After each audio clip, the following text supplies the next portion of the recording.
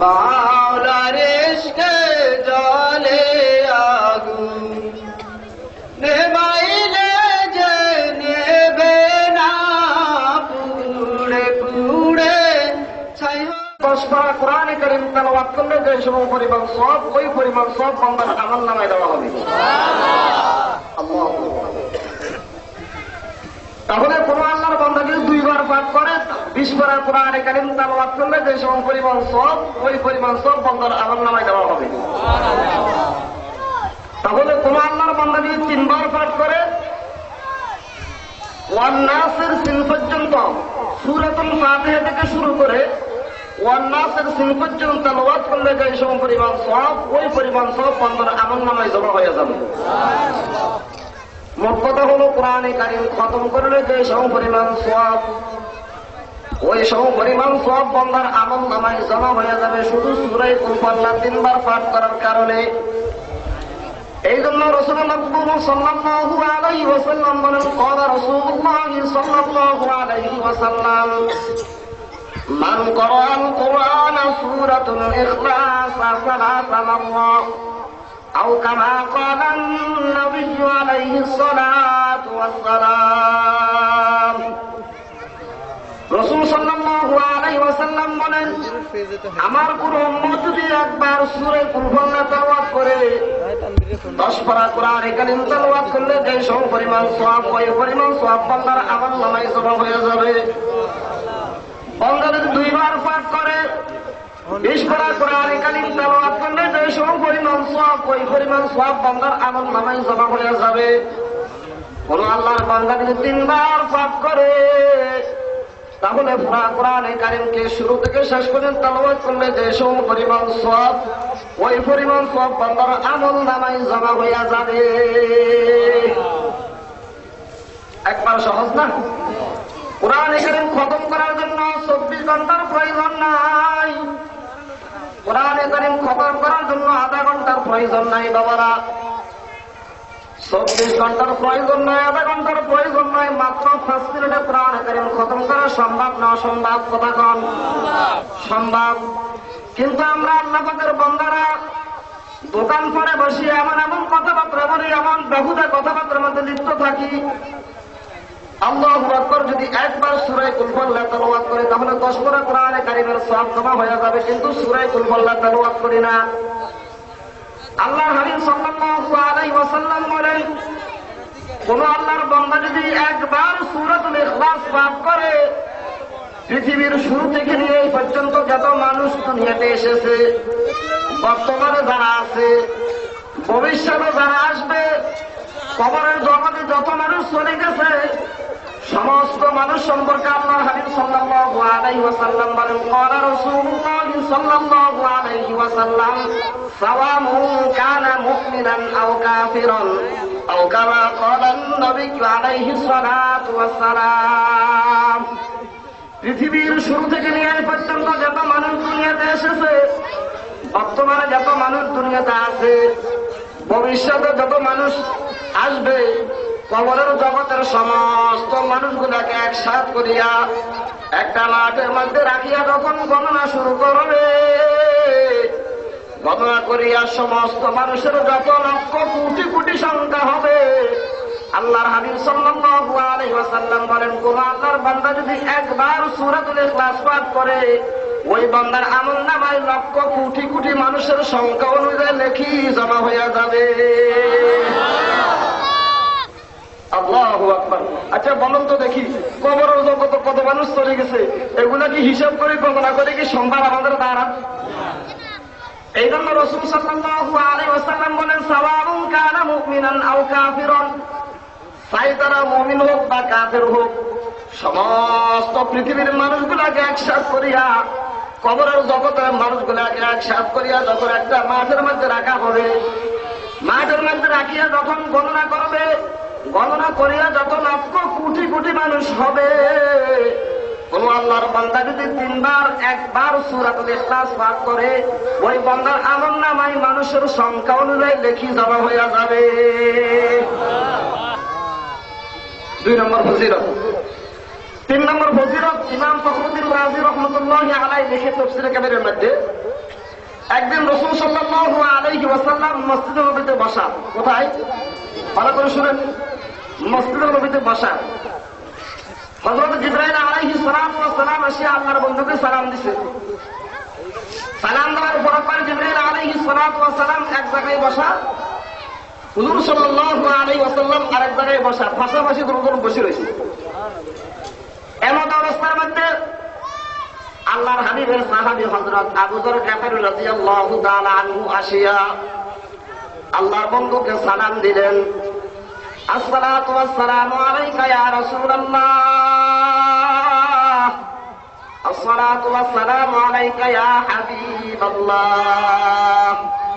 সালাম নেওয়ার পরে রাসূল সাল্লাল্লাহু আলাইহি ওয়াসাল্লাম জিবরাইল আলাইহিস সালাতু ওয়াসসালাম বলে, ভাই জিবরাইল, এখন যিনি তোমাকে সালাম দিছে, আমাকে সালাম দিছে, তুমি ওনাকে চেনোনি?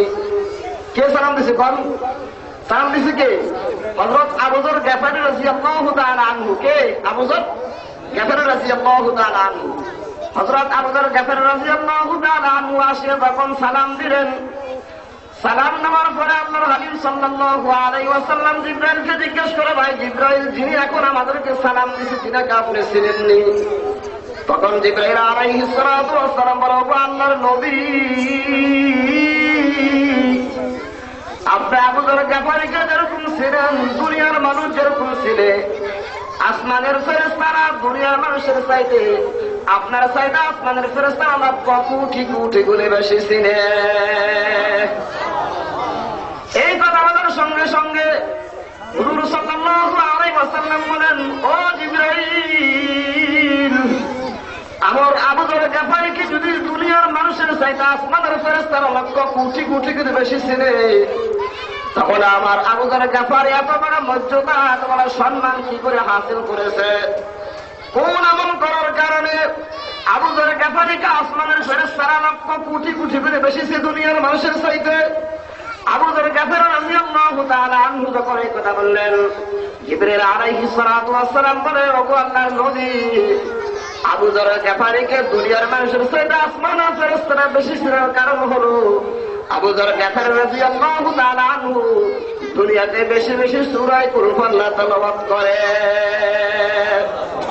এই সূরা কুল আল্লাহ তেলাওয়াত করার কারণে আবু যর গাফারীকে দুনিয়ার মানুষের চাইতে আসমানের ফেরেশতারা লক্ষ কোটি কোটি গুণে বেশি চিনে। আগার খাই হাম নসিবি বা খুদা, আগার খাই হাম নসিবি বা খুদা, দোনশীলত বুজুরে আউলিয়া, দোনশীলত বুজুরে আউলিয়া, গুফতায়ে ও গুফতায়ে আল্লাহ হুয়া, গুফতায়ে ও গুফতায়ে আল্লাহ হুয়া, দরসে আগে তুলে আব্দুল্লাহ হুয়া। আল্লাহু আকবার। 3 নম্বর ফজিলত গেছে। 4 নম্বর ফজিলত হলো হুজুর সাল্লাল্লাহু আলাইহি ওয়াসাল্লাম যখন মেরাজে গেছেন। কোথায় গেছেন? মেরাজে গেছেন। মেরাজে যাওয়ার পরে আল্লাহর হাবিব সাল্লাল্লাহু আলাইহি ওয়াসাল্লাম দেখতেছে এক জায়গার মধ্যে ফেরেশতাদের ঢল নামছে। আমরা দুনিয়াতে এরকম বলিয়ে থাকি, যখন এবং জায়গার মধ্যে মজলিসের মধ্যে মানুষের বেশি সমাগম হয়, মানুষ বেশি হয়, তখন বলি যে এই জায়গার মধ্যে কি মানুষের ঢল নামছে। কই না? কই না? বলি। হুজুর সাল্লাল্লাহু আলাইহি ওয়াসাল্লাম বলতেছে, আমি দেখলাম ফেরেশতাদের এক জায়গার মধ্যে ফেরেশতারা একদিক থেকে আরেক দিক যাইতেছে। তখন লাইন ধরিয়া ফেরেশতারা একদিক থেকে আরেক দিক যাইতেছে। লাইনের মধ্যে থেকে একজন ফেরেশতাকে আমি বললাম, ও ফেরেশতারা, তোমাদের সংখ্যা কত তোমরা জানোনি? আর তোমাদের লাইনের শুরু কোথায় শেষ করে তোমরা জানোনি? তখন লাইন থেকে বাইর হয়ে একজন ফেরেশতা বললেন, ওগো আল্লাহর নবী, ওগো আল্লাহর বন্ধু, আমরা তো জানি না আমাদের সংখ্যা কত, আমাদের শুরু কোথায় শেষ কোথায় আমরা নিজেরাও জানি না। তবে এতটুকু পর্যন্ত বলতে পারি, দুনিয়া শুরু হওয়ার পর থেকে নিয়ে যেই দিন আল্লাহ রাব্বুল আলামিন পৃথিবীকে সৃষ্টি করেছেন, ওই দিন থেকে নিয়ে আমাদেরকে বলেছেন এইদিকে যাওয়ার জন্য, এইদিকে যাইতেছি। এখন পর্যন্ত আমাদের শুরু কোথায় শেষ কোথায় আমরা নিজেরাও জানি না। আল্লাহু আকবার, আল্লাহু আকবার। এই কথা বলার পরে রাসূল সাল্লাল্লাহু আলাইহি ওয়াসাল্লাম বলেন, কোন আল্লাহর বান্দা যদি একবার সূরাতুল ইখলাস পাঠ করে, ওই ফেরেশতাদের সংখ্যা যত কোটি কোটি হবে, ওই ফেরেশতাদের সংখ্যা অনুযায়ী নেকি ওই বান্দার আমলনামায় জমা হয়ে যাবে। 4 নম্বর 5 নম্বর ফজিলত হচ্ছে, রাসূল কারীম সাল্লাল্লাহু আলাইহি ওয়াসাল্লাম বলেন, একদিন আল্লাহর হাবিব সাল্লাল্লাহু আলাইহি ওয়াসাল্লাম মসজিদের নববীতে বসে রয়েছে, সাহাবায়ে কেরামদেরকে নিয়ে কথাবার্তা বলতেছে। এরকম একজন সাহাবী পিছন থেকে উঠে দাঁড়াইছে, না জানি আল্লাহর হাবিব কি বলবে, এখন হুজুরের সামনে কেমনে কথা বলবো, ভয় আক্রান্ত। হুজুর সাল্লাল্লাহু আলাইহি ওয়াসাল্লাম তাকে জিজ্ঞাসা করো, ও সাহাবী, তুমি পিছন করে কেন দাঁড়াইছা, কিছু বলবা কিনা, কিছু বলবানি? তখন সাহাবী বললেন, হুজুর অবশ্যই বলবো, আপনি যদি অনুমতি দেন তাহলে দুই একটা কথা বলতে চাই। তখন হুজুর সাল্লাল্লাহু আলাইহি ওয়াসাল্লাম বললেন, আচ্ছা ঠিক আছে, তোমাকে অনুমতি দিলাম, তুমি কি বলবা বলো। তখন ওই সাহাবী বলে, হুজুর, সকাল থেকে সন্ধ্যা পর্যন্ত আমি আয় রোজগার করি, আমার রিজিকের মধ্যে কোনো বরকত পাই না। সকাল থেকে সন্ধ্যা পর্যন্ত আমি ব্যবসা বাণিজ্য করি, আমার ব্যবসার মধ্যে কোনো বরকত পাই না, আমার ধন সম্পদের মধ্যে কোনো বরকত পাই না। হুজুর, আমাকে এরকম কিছু আমল বাতাইয়া দেন, যে আমল বাতাইবার কারণে, যে আমল করার কারণে আল্লাহ রাব্বুল আলামিন আমার মালের মধ্যে, আমার সম্পদের মধ্যে, আমার রিজিকের মধ্যে বরকত দান করে। এই কথা বলার পরে আল্লাহ হাবিব সাল্লাল্লাহু আলাইহি ওয়াসাল্লাম বললেন, ও সাহাবী, ছোট্ট একটা আমল তোমাকে দিব, যদি সবাই পাও বেশি বেশি সূরা ইখলাস তেলাওয়াত করবা। তখন হুজুর সাল্লাল্লাহু আলাইহি ওয়াসাল্লাম থেকে তখন সবকটা নিয়ে সাহাবী চলে গেলেন। যাওয়ার পরে তখন আমলটা শুরু করে দিলেন। শুরু করার পরে আল্লাহু আকবার কয়েকদিন অতিবাহিত হওয়ার পরে আল্লাহর হাবিবের সঙ্গে ওই সাহাবীর সঙ্গে আমার সাক্ষাৎ হলেন। সাক্ষাৎ হওয়ার পরে হুজুর সাল্লাল্লাহু আলাইহি ওয়াসাল্লাম তাকে জিজ্ঞাসা করলেন, ও সাহাবী, তোমাকে যে আমল দিলাম, আমলটা তুমি ঠিকঠাক মতো করনি, তোমার রিজিকের মধ্যে আল্লাহ পাক রব্বুল আলামিন বরকত দান করেছেন।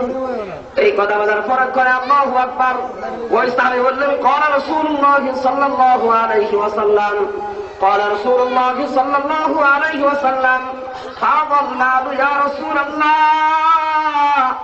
ফাদাল মালু ইয়া রাসূলুল্লাহ।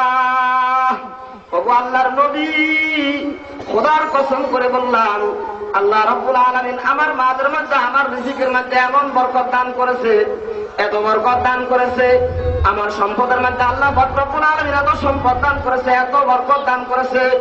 সম্পদ আমার সন্তানের জন্য খরচ করতেছি, আমার বিবিদের জন্য খরচ করতেছি, আমার আত্মীয় স্বজনের জন্য খরচ করতেছি, কিন্তু আমার সম্পদ কমতেছে না, দিন দিন আমার সম্পদ শুধু বাড়তেছে। তখন রাসূল সাল্লাল্লাহু আলাইহি ওয়াসাল্লাম বললেন, বিবরকাতি হাযিহি সূরা, বিবরকাতি হাযিহি সূরা, বিবরকাতি হাযিহি সূরা। হে সাহাবী, আল্লাহ রাব্বুল আলামিন তোমাকে এই সূরার ফজিলতে, এই সূরাকে বেশি বেশি তেলাওয়াত করার কারণে আল্লাহ রাব্বুল আলামিন তোমার রিজিকের মধ্যে বরকত দান করেছেন। আল্লাহু আকবার। 6 নম্বর ফজিলত হচ্ছে, রাসূল সাল্লাল্লাহু আলাইহি ওয়াসাল্লাম বলেন, আল্লাহ হাবিব সাল্লাল্লাহু আলাইহি ওয়াসাল্লাম কাফের মুশরিকদের সাথে যুদ্ধ করার জন্য 28,000 সাহাবায়ে কেরামদেরকে নিয়ে 40,000 কাফেরদের মোকাবেলা যুদ্ধ করার জন্য যখন যাইতেছে তবুকের প্রান্তরে পৌঁছলেন। পৌঁছার পরে আল্লাহ হাবিব সাল্লাল্লাহু আলাইহি ওয়াসাল্লাম তবুকের প্রান্তরে একটা টিলার উপর বসলেন। বসার পরে জিবরাইল আলাইহিস সালাতু ওয়াস সালাম আসিয়া আল্লাহ হাবিব সাল্লাল্লাহু আলাইহি ওয়াসাল্লামকে বলে, গো আল্লাহর নবী, এই মুহূর্তে তবুকের প্রান্তরে 70,000 ফেরেশতা নাযিল করেছে। দরকার সুবহানাল্লাহ। কত হাজার ফেরেশতা? 70,000 ফেরেশতা নাযিল করেছে। এই কথা বলার ফরক করে রাসূল সাল্লাল্লাহু আলাইহি ওয়াসাল্লাম মনে করেছেন, যেহেতু আমাদের সংখ্যা কম, সাহাবায়ে কেরামের সংখ্যা কম, আর কাফেরদের সংখ্যা বেশি, আমার আল্লাহ পাক রব্বুল আলামিন আমাদের সংখ্যা কম, এই জন্য আল্লাহ পাক রব্বুল আলামিন মনে হয় কাফেরদের সঙ্গে যুদ্ধ করার জন্য 70,000 ফেরেশতা এই মুহূর্তে নাযিল করেছে। তখন নাকি হুজুর সাল্লাল্লাহু আলাইহি ওয়াসাল্লাম বললেন, জিবরাইল আলাইহিস সালাতু ওয়াস সালাম বলে, ও আল্লাহর নবী, আপনি মনে করিয়েন না যে আপনাদের সংখ্যা কম, এই জন্য আল্লাহ পাক রব্বুল আলামিন 70,000 ফেরেশতা নাযিল করেছে। না না, আল্লাহ পাক রব্বুল আলামিন এই জন্য নাযিল করেন নাই। এই মুহূর্তে তোমাকে প্রান্তরে আল্লাহ রব্বুল আলামিন 70,000 ফেরেশতা এই জন্য নাযিল করেছে। আপনার সাহাবায়ে কেরামদের মধ্যে একজন সাহাবীর নাম হলো হযরত মুয়াবিয়া রাদিয়াল্লাহু তাআলা আনহু। ওই মুয়াবিয়া রাদিয়াল্লাহু তাআলা আনহু অসুস্থ, ওনার সুস্থতার দোয়া করার জন্য আল্লাহ রাব্বুল আলামিন এই মুহূর্তে তবুকের প্রান্তরে 70,000 ফেরেশতা নাযিল করেছে। এই কথা বলার পরে আল্লাহর হাবিব সাল্লাল্লাহু আলাইহি ওয়াসাল্লাম বলেন, ও জিবরাইল, এই মুহূর্তে আমার মুয়াবিয়ার জন্য দোয়া করার জন্য, রহমতের দোয়া করার জন্য আল্লাহ পাক রব্বুল আলামিন আসমান থেকে 70,000 ফেরেশতা নাযিল করেছে। কিন্তু আমার মুয়াবিয়া রাদিয়াল্লাহু তাআলা আনহু এমন কি আমল করে, যে আমল করার কারণে আল্লাহ পাক রব্বুল আলামিন ওনার জন্য স্পেশাল 70,000 ফেরেশতা নাযিল করেছে। কোন আমল করার কারণে আল্লাহ রাব্বুল আলামিন তার প্রতি সন্তুষ্ট হয়ে গেছে? ও ভাই জিবরাইল, একটু তাড়াতাড়ি বলবানি। তখন জিবরাইল আলাইহিস সালাতু ওয়াস সালাম বলে, ও আল্লাহর নবী, আপনি জানেন না আপনার মুয়াবিয়া রাদিয়াল্লাহু তাআলা আনহু দুনিয়ায় থাকা অবস্থায় বেশি বেশি সূরা কুল ফাল্লা তেলাওয়াত করে। কুল হুয়াল্লাহু আহাদ, আল্লাহুস সামাদ, লাম ইয়ালিদ ওয়া লাম ইউলাদ ওয়া লাম ইয়াকুল লাহু কুফুয়ান আহাদ। এই জন্য আমার বাবাজিরা, কুল ফাল্লা তেলাওয়াত করার জন্য তো ওযুর কোনো প্রয়োজন নাই, জায়গা নির্ধারণ করার কোনো প্রয়োজন নাই। আপনার ওযুর প্রয়োজন হবে ওই সময় যখন আল্লাহর কোরআনে কারীমকে স্পষ্ট করবেন, হাত দ্বারা ধরবেন, তখন ওযুর প্রয়োজন আছে। এছাড়া সূরা কুল ফাল্লা তেলাওয়াত করার জন্য তো ওযুর কোনো প্রয়োজন নাই। আপনার ওযু থাকবা না থাকুক, রাস্তা দিয়ে হাঁটতেছেন, পড়েন না কুল হুয়াল্লাহু আহাদ, আল্লাহুস সামাদ, লাম ইয়ালিদ ওয়া লাম ইউলাদ ওয়া লাম ইয়াকুল লাহু কুফুয়ান আহাদ। তিনবার পড়েন, তিনবার পড়লে তো আমার আমল নামায় এক খতম কোরআনে কারীমের সওয়াব জমা হয়ে যাবে। এখন বুঝে আসবে না, হাসরের ময়দানে যখন একটা নেকির জন্য যখন আমি আটকিয়ে যাবো, একটা নেকির জন্য যখন আমার সন্তানের কাছে যাবো, আমার সন্তান আমার পরিচয় দিবে না, আমার ডিগ্রি পাস মেয়ে আমার পরিচয় দিবে না, আমার আব্বা আমার পরিচয় দিবে না। যেদিন যদি একটা নেকির জন্য আমি আটকিয়ে যাই, সেদিন একটা নেকি কারো কাছে সংগ্রহ করা সম্ভব হবে না। ওই দিন বুঝে আসবে একটা নেকির কত মূল্য। কথা ঠিক না ঠিক? এই জন্য আমার বাবারা, রাস্তাঘাটে হাঁটতেছি, দোকান পরে বসে এমন এমন কথা বলে, এক এক কথা সালকুম্বার মতো এত ঘন্টা ঘন্টা কথা বলছেন, সালকুম্বার মতো এত ঘন্টা ঘন্টা এক এক কথা। দেখা গেছে তরকারি জিতে, সেটা আমরা পড়ি না। সূরা কুল ফাল্লা তেলাওয়াত করলে কি আমাদের ওযুর প্রয়োজন আছে? কথা কর। এত ফজিলতের কথা বললাম, আল্লাহ পাক আমাদেরকে সূরা কুল ফাল্লা বেশি বেশি পড়ার তৌফিক দান করুন। আমার আলোচনা দিয়েছে আমাকে যে মুনাফিক সম্পর্কে আলোচনা করার জন্য।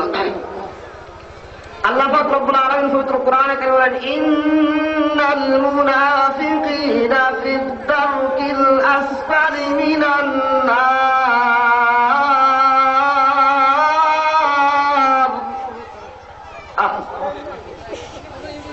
হুজুর সাল্লাল্লাহু আলাইহি ওয়াসাল্লাম বলেন, আমার উম্মতের মধ্যে যে উম্মতের ভিতরে 60টা বদভ্যাস আছে। কয়টা বদভ্যাস? কথা কম। 60টা বদভ্যাস আছে, ও হলো ফাক্কা মুনাফিক। আমরা সেদিকে না তাকাই। আল্লাহ নবী সাল্লাল্লাহু আলাইহি ওয়াসাল্লাম বলেন, যে উম্মতের মধ্যে, আমার উম্মতের মধ্যে যে ব্যক্তির ভিতরে 60টা বদভ্যাস আছে, তাকে কি বলা হয়? ফাক্কা মুনাফিক বলা হয়। তা আমার কথা না, আল্লাহ রাসূলের কথা। কার কথা? আচ্ছা, আল্লাহ রাসূল কি মিথ্যা কথা কয় না? কথা কন। আল্লাহু আকবার। হুজুর সাল্লাল্লাহু আলাইহি ওয়াসাল্লাম মিথ্যা কথা বলে না। জিবরাইল হারগিজ না গুফতা না গুফতা জিবরাইল, মুহাম্মদ হারগিজ না গুফতা না গুফতা জিবরাইল, জিবরাইল হারগিজ না গুফতা না গুফতা রব জলিল। আর মিয়া, মাইক কথা বলার শক্তি নাই, কিন্তু মাইকের সামনে আরেকজন কথা বললে কিন্তু মাইক কথা বলে। কথা ঠিক না ঠিক? মাইকের সামনে যখন একজন কথা বলবে, তখন মাইক কথা বলবে। আর যদি নাকি মাইকের সামনে আরেকজন কথা না বলে, পুরা কিয়ামত পর্যন্ত চেষ্টা করার পরও কিন্তু মাইক কথা বলতে পারবে না। কথা ঠিক না বা ঠিক? ঠিক তেমনি করে হুজুর সাল্লাল্লাহু আলাইহি ওয়াসাল্লাম বলেন, ও দুনিয়ার উম্মতেরা, আমাকে যখন মাইকের যেরকম ক্ষমতা নাই কথা বলার, আমার ক্ষমতা নাই কথা বলার, আমি কথা বলতে পারবো না, আমার মাওলা যদি আমার দ্বারা কথা না বলায়, কতক্ষণ পর্যন্ত আমি মুহাম্মদ সাল্লাল্লাহু আলাইহি ওয়াসাল্লাম অতিরিক্ত কোনো কথা বলি না। আয়েশা সিদ্দিকা রাদিয়াল্লাহু তাআলা আনহা বলে, আল্লাহর হাবিব সাল্লাল্লাহু আলাইহি ওয়াসাল্লাম 24টা ঘন্টার ভিতরে শুধু দুইটা ঠোঁট মোবারক শুধু রুতমাতের মতো, শুধু রুতমাসের মতো উদ্যান নামতেন। আয়েশা সিদ্দিকা রাদিয়াল্লাহু তাআলা আনহা বলে, ও আল্লাহর নবী, আপনি হচ্ছেন বিশ্ব নবী, আপনি জান্নাত উদ্বোধন করবেন, আপনি জান্নাতে যাওয়ার আগে কোন নবীরা পর্যন্ত জান্নাতে যেতে পারবে না, আপনার উম্মত জান্নাতে যাওয়ার আগে কোন উম্মতেরা জান্নাতে যাইতে পারবে না।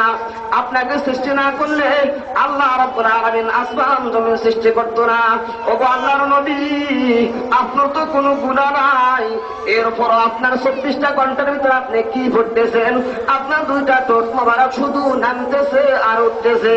এই কথা বলার পরে আল্লাহ হাবিব সাল্লাল্লাহু আলাইহি ওয়াসাল্লাম বলেন, ওগো আমার আয়েশা, তুমি কি জানো না আমি তো গুনাহ নাই, আমার তো কোনো গুনাহ নাই, ঠিক আছে আমার কোনো গুনাহ নাই, কিন্তু আমার উম্মত তো গুনাহগার, আমার উম্মত তো গুনাহগার, আমার উম্মতের গুনাহগারের জন্য আমি আল্লাহর কাছে মাফ চাইতেছি। এই জন্য রাসূল সাল্লাল্লাহু আলাইহি ওয়াসাল্লাম 24টা ঘন্টার ভিতরে পড়তেন, আস্তাগফিরুল্লাহ আস্তাগফিরুল্লাহ আস্তাগফিরুল্লাহ আস্তাগফিরুল্লাহ আস্তাগফিরুল্লাহ। রাসূল সাল্লাল্লাহু আলাইহি ওয়াসাল্লাম বলেন, এই জন্য 24টা ঘন্টার ভিতরে আমরা বেহুদা কথাবার্তা না বলিয়া দুই কান্দে দুইজন ফেরেশতা আমাদের কথাগুলো বিশুদ্ধ করতেছে। ইকরা কিতাবাকা কাফা বিনাফসিকাল ইয়াউমা আলাইকা হাসিবা। এমন কিতাব সংরক্ষণ করতেছে ফেরেশতারা, আপনার জীবনের শুরু থেকে নিয়ে মৃত্যু পর্যন্ত যা কথা বলেছেন সমস্ত কথাগুলা কিরামান কাতিবিন, সমস্ত সবগুলা ফুঙ্কানে ফুঙ্কাতে লিখতেছে কিনা। এই জন্য বালা কথা বললো কিন্তু বালা কথা লিখবে, খারাপ বললে খারাপ লিখবে। এই জন্য রাসূল সাল্লাল্লাহু আলাইহি ওয়াসাল্লাম বলেন, 24টা ঘন্টার ভিতরে বেহুদা কথাবার্তা না বলিয়া, আমি তো রাস্তা দিয়ে হাঁটতেছেন, পড়েন না কুল হুয়াল্লাহু আহাদ আল্লাহুস সামাদ লাম ইয়ালিদ ওয়া লাম ইউলাদ ওয়া লাম ইয়াকুল লাহু কুফুয়ান আহাদ। আল্লাহর হাবিব সাল্লাল্লাহু আলাইহি ওয়াসাল্লামকে সূরা নাসরের মধ্যে আল্লাহ পাক রব্বুল আলামিন বলতেছে, ও আমার নবী,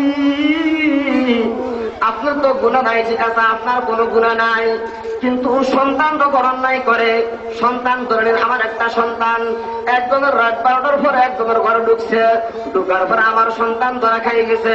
ধরা খাওয়ার পরে বাড়িওয়ালা সন্তানকে এমন সাইজ করার মতো করেছে, সাইজ করিয়া সন্তানকে বান্ধিয়া রাখছে। বান্ধিয়া রাখিয়া আপনাকে খবর দিছে, ওগো বাবা তোমার সন্তান তো আটকা পড়ে গেছে, তোমার সন্তানকে ধরে ফেলাইছে। এই কথা সন্তানের কথা শুনিয়া আব্বা তাড়াতাড়ি বাড়ি থেকে আসলেন। আসার পরে সন্তানের যখন অন্যায় করেছে, এবার যার ঘর চুরি করছে, যা ঘর ঢুকছে, ওই ঘরের মালিকদেরকে বলো, মালিকেরা আমার সন্তান অন্যায় করে নাই, আমি অন্যায় করেছি, তোমরা আমার দিকে তাকাইয়া আমার সন্তানকে ক্ষমা করে দাও। কথা ঠিক না বা ঠিক? এরকম বলো না, বলো না। আমার সন্তান অন্যায় করেছে, এই জন্য আমার সন্তানের জন্য আব্বা তার জন্য মাফ চাই। যখন আব্বা ক্ষমা চাই এলাকাবাসীর কাছে, গণ্যমান্য বা মুরব্বীদের কাছে, ঘরদার ঘর চুরি করছে ওর কাছে যখন মাফ চাই, তখন ঘরওয়ালা আচ্ছা ঠিক আছে, যেখানে সন্তানের বাপ আসি আমার কাছে মাফ চাইছে, আমার কাছে ক্ষমা চাইছে, আমি নিঃসন্দেহে আপনাকে মাফ করে দিলাম। এই জন্য আল্লাহ হাবিব সাল্লাল্লাহু আলাইহি ওয়াসাল্লাম বলেন, যখন নাকি আল্লাহর বন্ধু সাল্লাল্লাহু আলাইহি ওয়াসাল্লামের কোনো গুনাহ নাই, কিন্তু আমরা কিন্তু ওনার উম্মত কিনা, কথা কন, আমরা কিন্তু ওনার উম্মত, আমাদের গুনাহ 24টা ঘন্টার ভিতরে আমাদের গুনাহ আছে, আমরা গুনাহ ছাড়া নাই। 24টা ঘন্টার ভিতরে নাফরমানি করি, 24টা ঘন্টার ভিতরে মাওলা যে দুইজন ফেরেশতা আমাদের কাঁধে আছে, ওরা কিন্তু 24টা কিন্তু ঘন্টার ভিতরে আমাদের সমস্ত গুনার গুলা, আমাদের সমস্ত কথা লিপিবদ্ধ করতেছে। হুজুর সাল্লাল্লাহু আলাইহি ওয়াসাল্লাম বলেন, ও আমার উম্মতেরা, তোমাদের গুনাহ আছে, আমার কোনো গুনাহ নাই। এই জন্য আল্লাহ পাক রব্বুল আলামিন সূরা নাসর মধ্যে বললেন, ফাসাব্বিহ বিহামদি রাব্বিকা ওয়াস্তাগফির ইন্নাহু কানা তাওয়াবা। আল্লাহু আকবার। হুজুর সাল্লাল্লাহু আলাইহি ওয়াসাল্লামকে আল্লাহ পাক বলে, হে নবী, আপনি আমার পবিত্রতা বর্ণনা করেন। কার পবিত্রতা?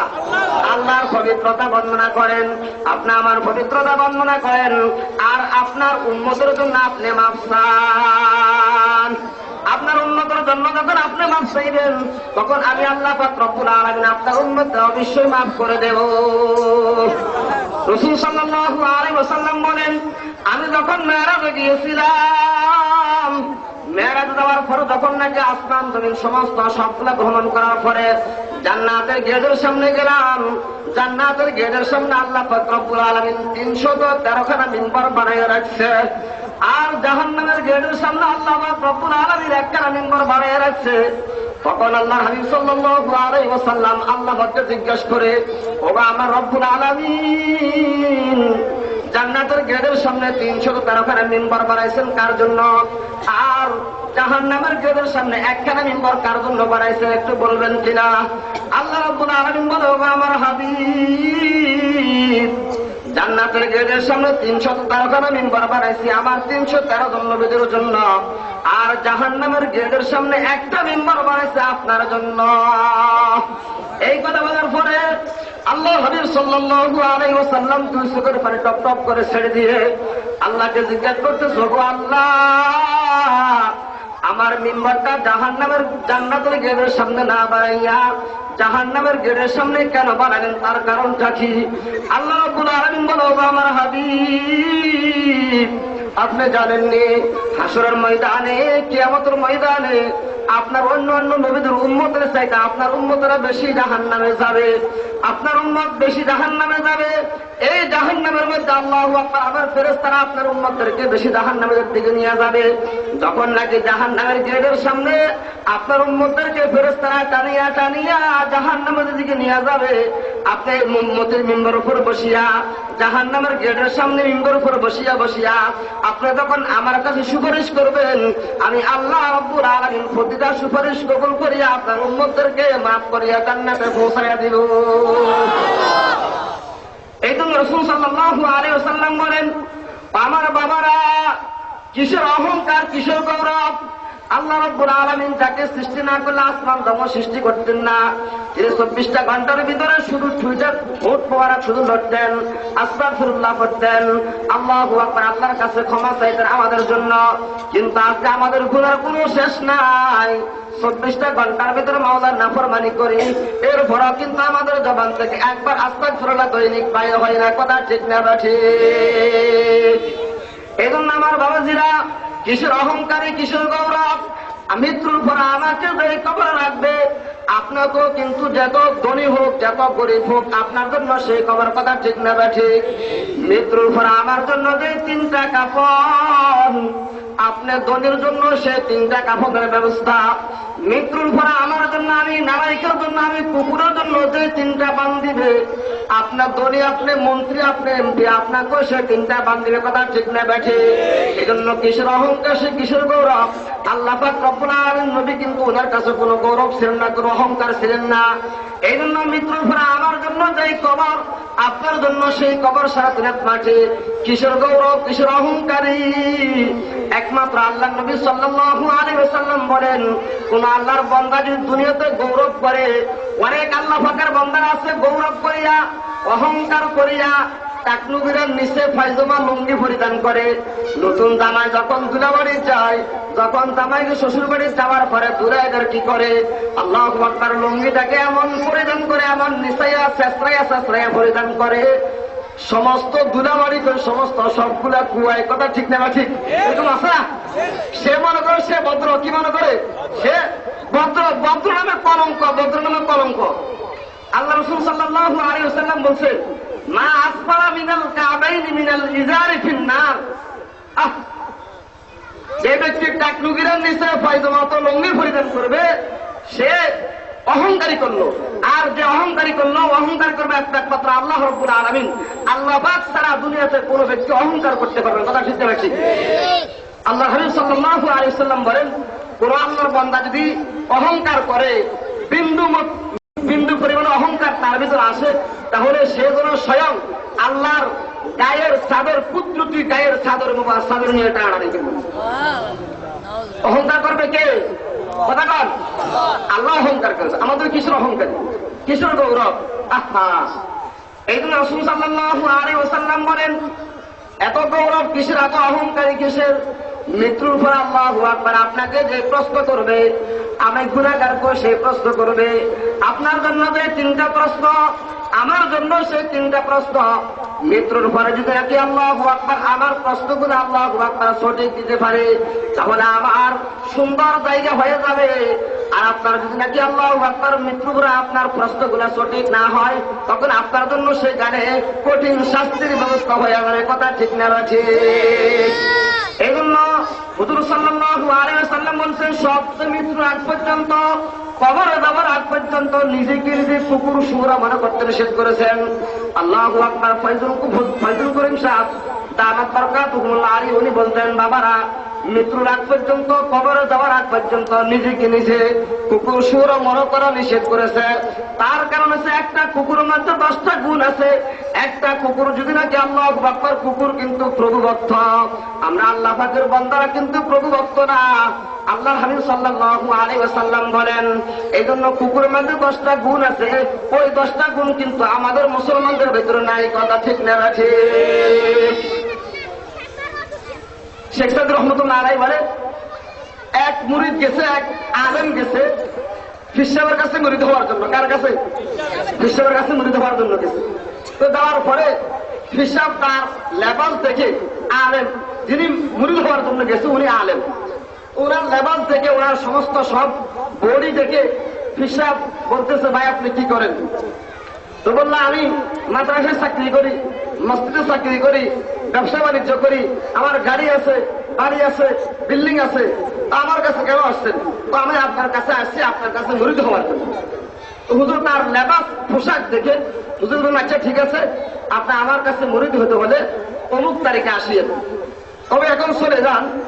আপনাকে একটা কথা বলি, যাওয়ার আগে একটা কথা শুনবেন, যে কথা হলো, আপনি আবার অমুক তারিখে আসার সময় আমার জন্য পৃথিবীতে যেই জিনিসটা একবারে বেদামি, যেই জিনিসের পৃথিবীতে কোনো মূল্য নাই, ওই জিনিসটা আমার জন্য নিয়ে আসবেন। আমার জন্য কি নিয়ে আসবেন? এই কথা বলার পরে করে হুজুর সরে গেলেন। যাওয়ার পরে এবার এলাকাতে যাইয়া পৃথিবীতে সবচাইতে বেদামি জিনিস কোনটা তালাশ করতেছে, তালাশ করতে করতে করতে করতে এক পর্যায়ে খোঁজ করে পাইছে যে সবচাইতে বেদামি জিনিস হলো, সবচাইতে প্রাণীদের মধ্যে সবচাইতে বেদামি প্রাণী হলো শুয়োর। এবার শুয়োরের একটা বাচ্চাকে নিয়ে সুন্দর করে গা গোসল ধোয়া শুয়োরের বাচ্চাকে নিয়ে পথ দিচ্ছে বিশ্ববের কাছে। কার কাছে? বিশ্ববের কাছে পথ দিচ্ছে। পথ দেওয়ার পরে আল্লাহু আকবার, বিশ্ববের কেরামতিতে আল্লাহু আকবার, আল্লাহর হুকুম মতে ওই শুয়োরের বাচ্চাটা কথা বলে উঠছে। সুবহানাল্লাহ। শুকর নামত নামাত আফজু কুনাদ, শুকর নামত নামাত আফজু কুনাদ, কুফর নামত আসগাফাত বিরু কুনাদ। দুনিয়াতে এমন আল্লাহ ভাগ্যের জিনিস আছে, এমন কিছু প্রাণী আছে কথা বলতে পারে না, কিন্তু আল্লাহ রাব্বুল আলামিন যখন কথা বলার শক্তি দিয়ে দেয়, আল্লাহ রাব্বুল আলামিন যখন কথা বলার বাক শক্তি দিয়ে দেয়, তখন তারা কথা বলতে পারে। কথা ঠিক না ঠিক? ওই হুজুর সবচাইতে বেদামি জিনিস শুয়োরের বাচ্চাকে নিয়ে যখন রওনা করলেন পীর সাহেবের কাছে, কতটুক যাওয়ার পরে শুয়োরের বাচ্চা আল্লাহ পাক রব্বুল আলামিন দমন করে দিয়েছে। শুয়োরের বাচ্চা বলতেছে, ভাই আপনি আমাকে কোথায় নিয়ে যাইতেছেন, কোথায় নিয়ে যাইতেছেন? তখন হুজুর বললেন, আমি তোমাকে নিয়ে যাইতেছি অমুক পীর সাহেবের কাছে। বলে, কেন? বলে, আমার পীর সাহেব বলেছে পৃথিবীতে সবচাইতে যেটা বেদামি জিনিস সেটা নেওয়ার জন্য। এবার শুয়োরের বাচ্চা বলতেছে, ও আল্লাহর বান্দা, তুমি আমাকে পৃথিবীর সবচাইতে উৎকৃষ্ট জানোয়ার মনে করেছ। আমি পৃথিবীর সবচাইতে উৎকৃষ্ট জানোয়ার বেদামি জিনিস। তুমি জানোনি আমি তোমার চাইতে লক্ষ কোটি কোটি গুণে দামি। এবারে কথা বলার পরে হুজুর বলতেছে, কি তুই আমার চাইতে লক্ষ কোটি গুণে দামি কেমনে? তুই কথা কেমনে বললি?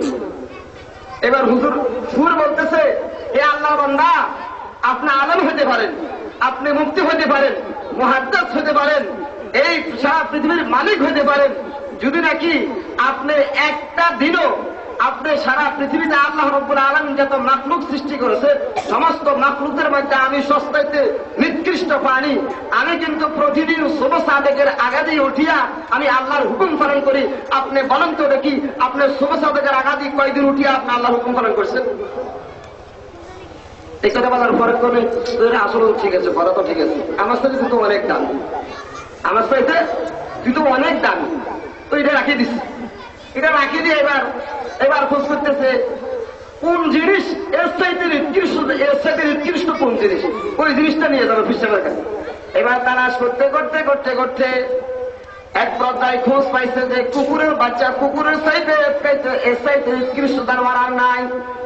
এবার কুকুর একটা বাচ্চাকে নিয়ে সুন্দর করে গোসল দিয়া কুকুরের বাচ্চাটাকে আল্লাহু আকবার সুন্দর করে সাজাইয়া একটা বালিশের মধ্যে নিয়া সুন্দর একটা কাপড়ের মধ্যে জড়াইয়া ধরিয়া আল্লাহর বান্দা রওনা করেছেন, আল্লাহর বান্দা রওনা করেছেন ফিসাবের কাছে। যখন নাকি কতটুক গেলেন, যাওয়ার পরে আল্লাহ রাব্বুল আলামিন পূর্বের মতো ওই সুরের বাচ্চার মতো কুকুরের বাচ্চার জবান খুলে দিছে। সুবহানাল্লাহ। কুকুর বাচ্চা যখন জবান খুলে দিলেন, কুকুর বাচ্চা তাকে জিজ্ঞাসা করতেছে, আল্লাহর বান্দা আপনি আমাকে কোথায় নিয়ে যাইতেছেন? তখন ফিসাব ওই হুজুর বলতেছে, আমি তোমাকে নিয়ে যাইতেছি আমার ফিসাবের কাছে। বলো কেন? আমার ফিসাব বলেছে পৃথিবীতে সবচাইতে বেদামি জিনিস যেটা, সব চাইতে নিকৃষ্ট জিনিস যেটা, সেটা নিয়ে নেওয়ার জন্য। এবার কুকুর বলতেছে, ও আল্লাহর বান্দা তুমি জানোনি তোমার চাইতে তুমি আমাকে বেদানি মনে করেছিলা, আমাকে নিকৃষ্ট জানোয়ার মনে করেছিলা। ঠিক আছে, আমি নিকৃষ্ট জানোয়ার, কিন্তু তুমি আল্লাহর বান্দার চাইতে আমি কুকুরের দাম লক্ষ কোটি কোটি গুণে বেশি। এবার যখন বললেন, হুজুর বলতেছে কিরে জিটা ধরে শীতে দামি, জিটা ধরে শীতে দামি, তো ঠিক আছে কুকুর তুমি তো আমার সাথে দামি, একটা ঘুমা দাও। তো কুকুর বলতেছে, আল্লাহর বান্দা তুমি যখন ফজরতে মিনার থেকে মসজিদের মিনার থেকে যখন আযান দেয় মুয়াজ্জিন আল্লাহু আকবার, আল্লাহু আকবার বলে আযান দেওয়ার সঙ্গে সঙ্গে আমি কুকুর জানোয়ার, আমার মতো নিকৃষ্ট জানোয়ার আল্লাহ পাক রব্বুল আলামিন দুনিয়াতে সৃষ্টি করেন নাই, কিন্তু আমি সবচেয়ে নিকৃষ্ট জানোয়ার আল্লাহ পাক রব্বুল আলামিন আমাকে সৃষ্টি করেছে। আমাকে মানুষ মারে, আমাকে মানুষ মারধর করে, আমাকে খানা দেয় না, আমার মালিক আমাকে খানা দেয় না, কিন্তু আমি প্রভু ভক্ত, এরপরও কিন্তু আমার মালিক আমাকে খানা দেব বা না দেব, আমি আরেকজনের বাড়ি থেকে খানা খাইয়া আমার মালিকের বাড়ি পাহারা দিই। আমার মালিকের প্রভু ভক্ত আমি সুবহ সাদেকের সময় মসজিদে মিনার থেকে যখন আযান দেয়, আযান দেওয়ার সঙ্গে সঙ্গে উঠিয়া আল্লাহকে ডাক দিয়ে বলে, আল্লাহ। তখন আল্লাহ বলে, কিরে কুকুর কি জন্য ডাক দিলি? আল্লাহ কুকুর বলে, আল্লাহ আপনি আমাকে কুকুর বানাইছেন এই জন্য আমি নাখুশ না, এই জন্য আমি নাখুশ না। তবে একটা কথা হলো, আপনি আমাকে কুকুর বানাইছেন, আপনার বান্দারা আমাকে নাফাক মনে করে, আমাকে হিংস্র প্রাণী নাফাক মনে করে, কিন্তু নাফাক মনে করে আমাকে বাড়িতে জায়গা দেয় না। এরপরও কিন্তু আমি বাড়িতে থাকি, আমি প্রভু ভক্ত, আপনি প্রভু ভক্ত, আপনি যে উম্মতের জন্য আমাকে পাঠাইছেন সে উম্মতের প্রভু ভক্ত। আল্লাহ আমি তো আমার প্রভুর প্রভু ভক্ত, এই জন্য আমি তোমার সাথে অনেক লক্ষ কোটি গুণে দামি। এবার বলে, আচ্ছা ঠিক আছে, যেগুলা কথা বলে এগুলা বাদ দিয়ে গেল, যেগুলো রূহ আছে এগুলা বাদ। এবার চিন্তা করছে কোন জিনিস নেওয়া যায়, যেই জিনিস কথা বলবে না ওই জিনিস বেদাবি জিনিসটা বিশ্বের কাছে রূহ। আল্লাহু আকবার। এবার তালাশ করতে করতে করতে করতে এক পর্যায়ে তালাশ করে পাইল যে আসলে তো পায়খানার মতো বেদামি জিনিস আর নাই। কথা কন, এই হাসির না, শেখ সাহেব রহমতুল্লাহ লিখছে পায়খানার মতো বেদামি জিনিস কি আর নাই। এবার চিন্তা করে, আচ্ছা ঠিক আছে, পায়খানার তো রুহু নাই, ওগুলোর তো রুহু আছে, কুকুরেরও রুহু আছে, তারপরে সুর রুহু আছে, পায়খানার তো রুহু নাই, পায়খানা রুহু বলতে পারবে না, পায়খানা কথা বলতে পারবে না। এবার পায়খানা কতটুকু লইয়া রওনা করেছে বিশ্বের দরবারে। আল্লাহু আকবার। এবার যখন রওনা করেছেন, যাইতে যাইতে যখন কতটুকু গেছেন, আল্লাহু আকবার, আল্লাহ রাব্বুল আলামিন পায়খানার জবান খুলে দিয়েছেন। সুবহানাল্লাহ। এবার যখন পায়খানা জবান খুলে দিছে, পাইকারা বলতেছে, এ আল্লাহর বান্দা, তুমি আমাকে কোথায় নিয়ে যাচ্ছ? বলতেছে, আমি তোমাকে নিয়ে যাচ্ছি আমার পিসাবের কাছে। বলে, কেন? আমার পিসাব বলেছে দুনিয়াতে সব চাইতে বেদামি যেটা সেটা নিয়ে যাওয়ার জন্য। তখন পাইকারা বলতেছে, আল্লাহর বান্দা, আমি তো দামি জিনিস ছিলাম, আমি তো ফল ছিলাম, আমি তো আঙ্গুর ছিলাম, আমি তো বেদানা ছিলাম, আমি তো নারিকেল ছিলাম, আমি তো সমস্ত দামি দামি ছিলাম। আমি দামি জিনিস, আঙ্গুর দামি জিনিস, বেদানা দামি জিনিস, আঙ্গুর সমস্ত আপেল দামি জিনিস, এই আপেল ছিলাম সমস্ত দামি জিনিস, তোমার ভিতরে ঢুকি আমি বেদামি হয়ে গেছি। কথা বুঝছেন নি? কথা বুঝছেন নি? আমি দামি জিনিস ছিলাম না, কথা কন। আঙ্গুর দামিনি, কথা কন। আঙ্গুর দামিনি, আপেল দামিনি, বেদানা দামিনি, নারিকেল দামিনি, সমস্ত জিনিস এগুলোর মধ্যে আমি অহিত ছিলাম। কিন্তু আমি আল্লাহ আমাকে দামি করে সৃষ্টি করেছে। আমি দামি জিনিস তোমার পেটের ভিতরে ঢুকার কারণে আমি বেদামি হয়ে গেছি। এবার কচ্ছে, ঠিক আছে, গুলাবদ্ধ এটাও নিতেন। এবার এমনি রওনা করছে পিসাবের কাছে। কি এমনি রওনা করছে? পিসাবে সালাম দিছে, হুজুর আসসালামু আলাইকুম রহমতুল্লাহ। তুমি সব সালাম নিয়েছে। সালাম নেওয়ার পরে বলে, আচ্ছা ঠিক আছে, আমার জন্য কি আমি যে জিনিসটা আনার জন্য বলছি ওই জিনিসটা আনছনি? বলে, হুজুর আমি পৃথিবীতে আমার এলাকাতে সমস্ত জায়গায় সমস্ত বুদ্ধিজীবীদেরকে তালাশ করতে করতে সমস্ত সবগুলা তালাশ করছি, আমার চাইতে বেদামি জিনিস আর নাই। আমার সাথে কি বেদামি জিনিস আর নাই। আমার সাথে নালায়েক, আমার মতো গুণাগার, আমার মতো বেদামি জিনিস আর নাই। দামি জিনিস আমি আমার ভিতরে ঢুকার কারণ দামি জিনিস পর্যন্ত বেদামি হয়ে গেছে, তাহলে আমার মতো বেদামি জিনিস আর নাই। এবার বুঝতে পারছে, ঠিক আছে, এবার তোমাকে মুরিদ করা যায়। এবার তোমাকে কি করা যায়? মুরিদ করা যায়। আগার খাহে हम नसीबी बेखुदा दो नशीन दर बुजुर औलिया गुफ्ताए अल्लाह हुआ दर से आज तूने अब्दुल्लाह हुआ सुहबत लिहतरा साले कुनाद सुहबत तो लिहतरा साले कुनाद। এই জন্য আমার বাবারা, সৎসঙ্গে স্বর্গবাস, অসৎসঙ্গে বন্ধু চিরতরে সর্বনাশ। ভালো মানুষের সঙ্গে হাঁটলে ভালো হবে, আর খারাপ মানুষের সঙ্গে হাঁটলে খারাপ হবে। এই জন্য আমি যদি নাকি দুনিয়াতে একজন আল্লাহওয়ালার সঙ্গে চলি, তাহলে আমার হাসর নাসর হবে আল্লাহওয়ালার সঙ্গে। বুখারী শরীফের হাদিসের মধ্যে হুজুর সাল্লাল্লাহু আলাইহি ওয়াসাল্লাম বলেন, ক্বালা রাসূলুল্লাহ সাল্লাল্লাহু আলাইহি ওয়াসাল্লাম, মান তাশাব্বাহা বিকওমিন ফাহুয়া মিনহু, আও কামা ক্বালা নবী আলাইহিস সালাতু ওয়াস সালাম। যে দুনিয়াতে যাকে মহব্বত করে, যে দুনিয়াকে যে দলের অনুভুক্ত হয়ে ফেলে, যে দলকে মহব্বত করে, যে দলের নেতা অনুসরণ করে, ওর চাইতে তার হাসন নসর হবে। এই জন্য শেখ সাদ রহমতুল্লাহ আলাইহি বলে, ডাকা হবে সকল দলকে, আমার সাথে বলেন, ডাকা হবে সকল দলকে রোজ হাসরেতে নিজ নিজ অনুসরণ ওলিদের সাথে। সুবহানাল্লাহ। ডাকা হবে সকল দলকে, ডাকা হবে সকল দলকে রোজ হাসরেতে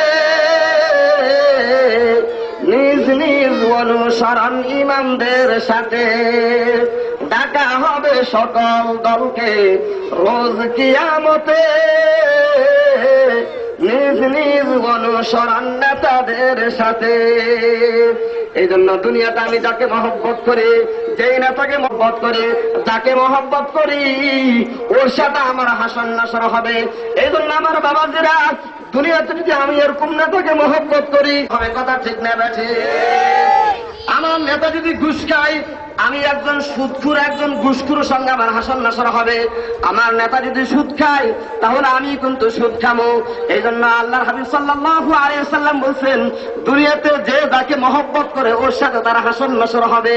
এই জন্য আমার নেতা যদি ভালো হয়, তাহলে আমি একজন আল্লাহওয়ালা ভালো মানুষের সঙ্গে আমার হাসন নাসর হবে। কথা ঠিক না বেঠে?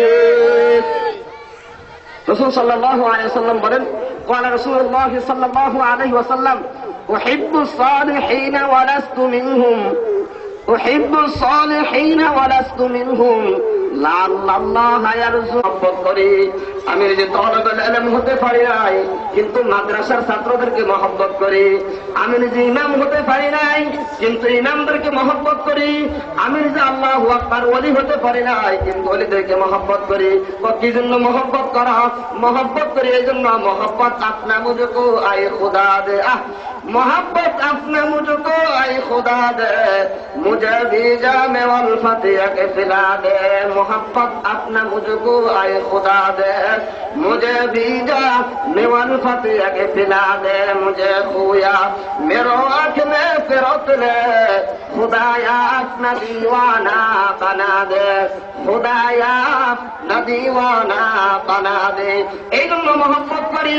আমি যাকে মহব্বত করি, আমার আল্লাহ যাকে মহব্বত করি, সে যদি একটা আল্লাহকে মহব্বত করে, সে যদি একটা আল্লাহ বলা হয়, তাহলে তার ভিতরে যে গুণগুলো আছে সেই গুণগুলো আমি গুণাগারের ভিতরে চলে আসবে। এই জন্য মহব্বত করি। মহব্বত আপনা মুঝকো আয়ে খুদা দে, मोहब्बत अपना मुझको आई खुदा दे, मुझे भी जाने वाल फतिया के पिला दे।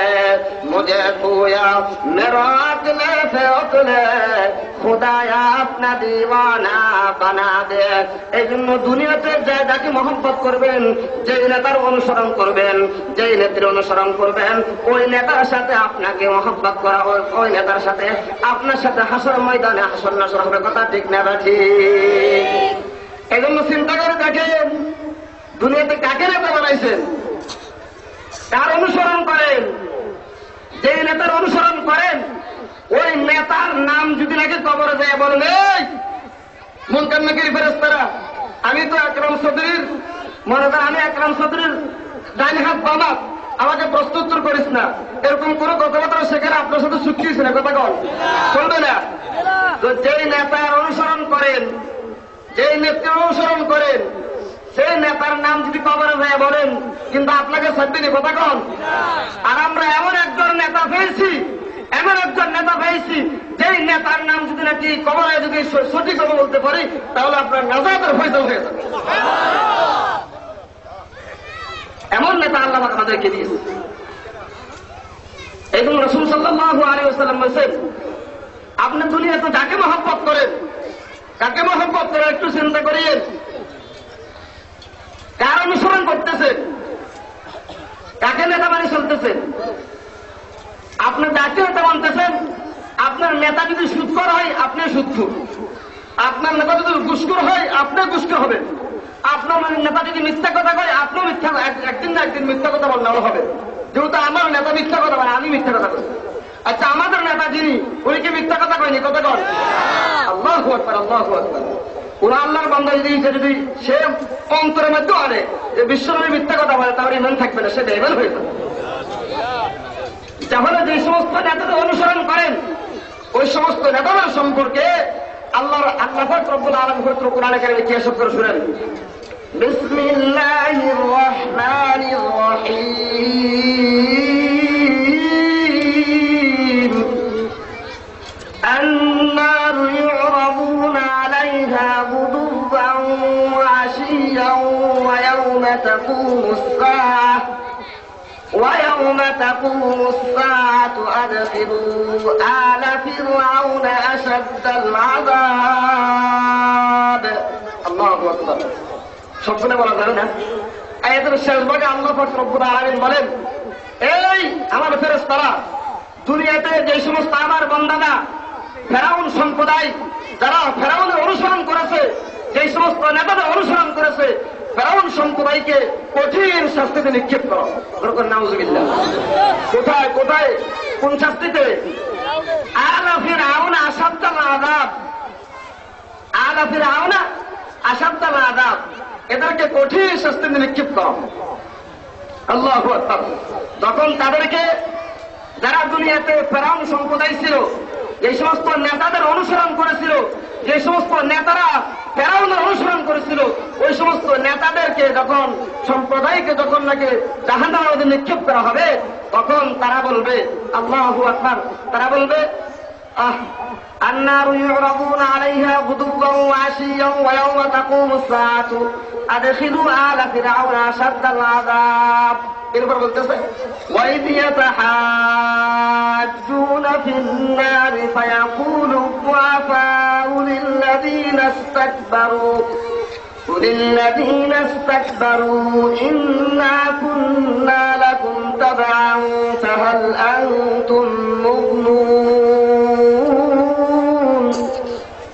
এদেরকে যখন জাহান্নামে নিক্ষেপ করা হবে তখন তারা বলবে, হে আমাদের নেতারা, আমরা তো তোমাদেরকে দুনিয়াতে অনুসরণ করেছিলাম, তোমাকে মানতে গিয়ে, তোমার কথা মানতে গিয়ে আমি আল্লাহর নাফরমানি করেছিলাম, তোমার কথা মানতে গিয়ে দুহর পড়তে পারি নাই, তোমার কথা মানতে গিয়ে আসর পড়তে পারি নাই, তোমার কথা মানতে গিয়ে মাগরিব পড়তে পারি নাই, তোমার কথা মানতে গিয়ে এশা পড়তে পারি নাই, তোমার কথা মানতে গিয়ে ফজর পড়তে পারি নাই, তোমার কথা মানতে গিয়ে রোজা রাখতে পারি নাই, তোমার কথা মানতে গিয়ে হজ করতে পারি নাই, তোমার কথা মানতে গিয়ে আল্লাহর নাফরমানি করেছি, দুনিয়াতে তোমাকে নেতা মেনেছি, এখন আমাদেরকে তোমাকে নেতা বানানোর কারণে আমাদেরকে জাহান্নামে দিয়েছে, তোমাকেও জাহান্নামে দিয়েছে, তোমরা তো নেতা, এখন তোমরা তো দুর্বল, তোমরা তো সবল, আমরা তো দুর্বল, এখন তোমরা সবল হয়ে আল্লাহর কাছে একটু সুপারিশ করো, আল্লাহ আমাদেরকে জাহান্নামের আগুন থেকে বাঁচাইয়া দেয়।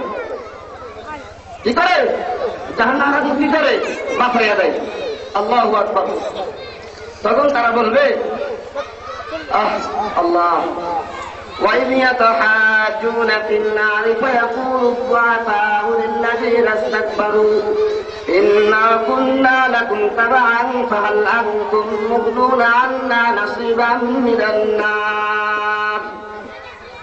যখন দুর্বলেরা যারা নেতাকে অনুসরণ করেছিল, যারা সফল দুর্বলেরা যখন সফলের কাছে যাবে, তখন সফলেরা বলবে, এ আল্লাহর বান্দারা, আমরা নিজেরাই তো জাহান্নামী, আমরা কি? আমরাই তো জাহান্নামী, তুইও জাহান্নামী, আমরাও জাহান্নামী, সুতরাং আমি জাহান্নামী হইয়া তোদের জন্য কেমনি সুপারিশ করতাম তোরা বল? আচ্ছা কন, সুপারিশ করার কোন পথ আসেনি? কথা কন। তার কাছে গেছে যে নেতারা অনুসরণ করেছে, যে নেতাকে দুনিয়ার নেতা মানছিল, ওই নেতাকে জাহান্নামে দিছে না? তো জাহান্নামে দিছে যারা নেতার অনুসরণ করেছিল, যারা দুর্বলও তাই বলছে একটু আল্লাহ কাছে সুপারিশ করছে আমাদের জন্য, আমরা তো তোকে দুনিয়াতে নেতা মানছিলাম, একটু সুপারিশ কর। তখন সফল নেতা বলবে, এরা আল্লাহর বান্দা, আমরাও তো জাহান্নামে, তোদের জন্য কেমনি সুপারিশ করবো? কথা বুঝেন না? আল্লাহু আকবার।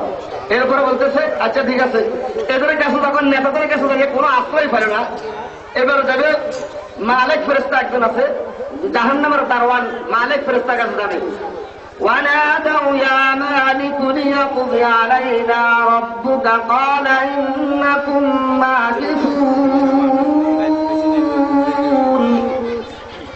জাহান্নামের দারওয়ান ফেরেশতা মালিকের ফেরেশতাকে বলবে, হে জাহান্নামের প্রহরী ফেরেশতা, তোমার আল্লাহর কাছে একটু বলো, তোমার আমাদের কাছে একটু বলো, তোমার রব যাতে করে আমাদের শাস্তিকে একটু হালকা করে দেয়, একদিনের জন্য, একটা মুহূর্তের জন্য আমাদের শাস্তিকে একটু কি লাঘব করে দেয়, হালকা করে দেয়। তখন প্রহরী ফেরেশতা বলবে, قَالُوا وَلَمْ تَكُ تَأْتِيكُمْ رُسُلُكُمْ بِالْبَيِّنَاتِ। এই নাফরমানেরা, তোমাদের কাছে কি নবী রাসূল যায় নাই? কি বলবে? আলহামদুলিল্লাহ।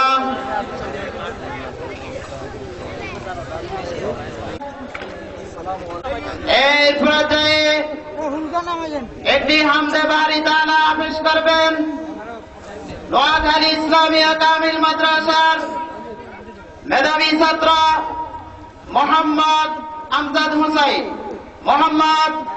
হোসেন। আসসালামু আলাইকুম। মাওলার ইশকে জ্বলে আগুন, নেবাইলে যে নেবে না, পুড়ে পুড়ে ছাই হইল কই যে পাগলের সিনা, পুড়ে পুড়ে ছাই হইল কই যে পাগলের সিনা।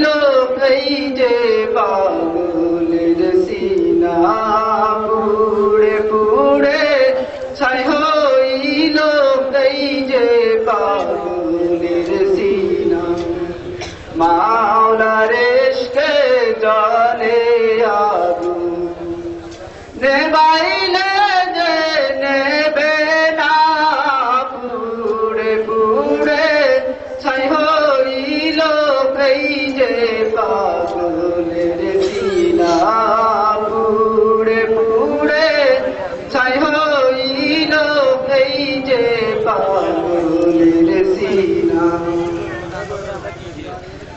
মাওলা তোমায় পাওয়ার আশায় কলিজা পুড়ে গন্ধ আসে, মাওলা তোমায় পাওয়ার আশায় কলিজা পুড়ে গন্ধ আসে। আমার এই হৃদয়ে বইছে খরা, আমার এই হৃদয়ে বইছে খরা, না পাওয়ারি যাত না, পুড়ে পুড়ে ছাই হইল এই যে পাগলের সিনা, পুড়ে পুড়ে ছাই হইল এই যে পাগলের সিনা। মাওলার ইশকে জলে আগুন, নেবাইলে যে নেবে না, পুড়ে পুড়ে ছাই হইল এই যে পাগলের সিনা, পুড়ে পুড়ে ছাই হইল এই যে পাগলের সিনা, পুড়ে পুড়ে ছাই হইল এই যে পাগলের সিনা।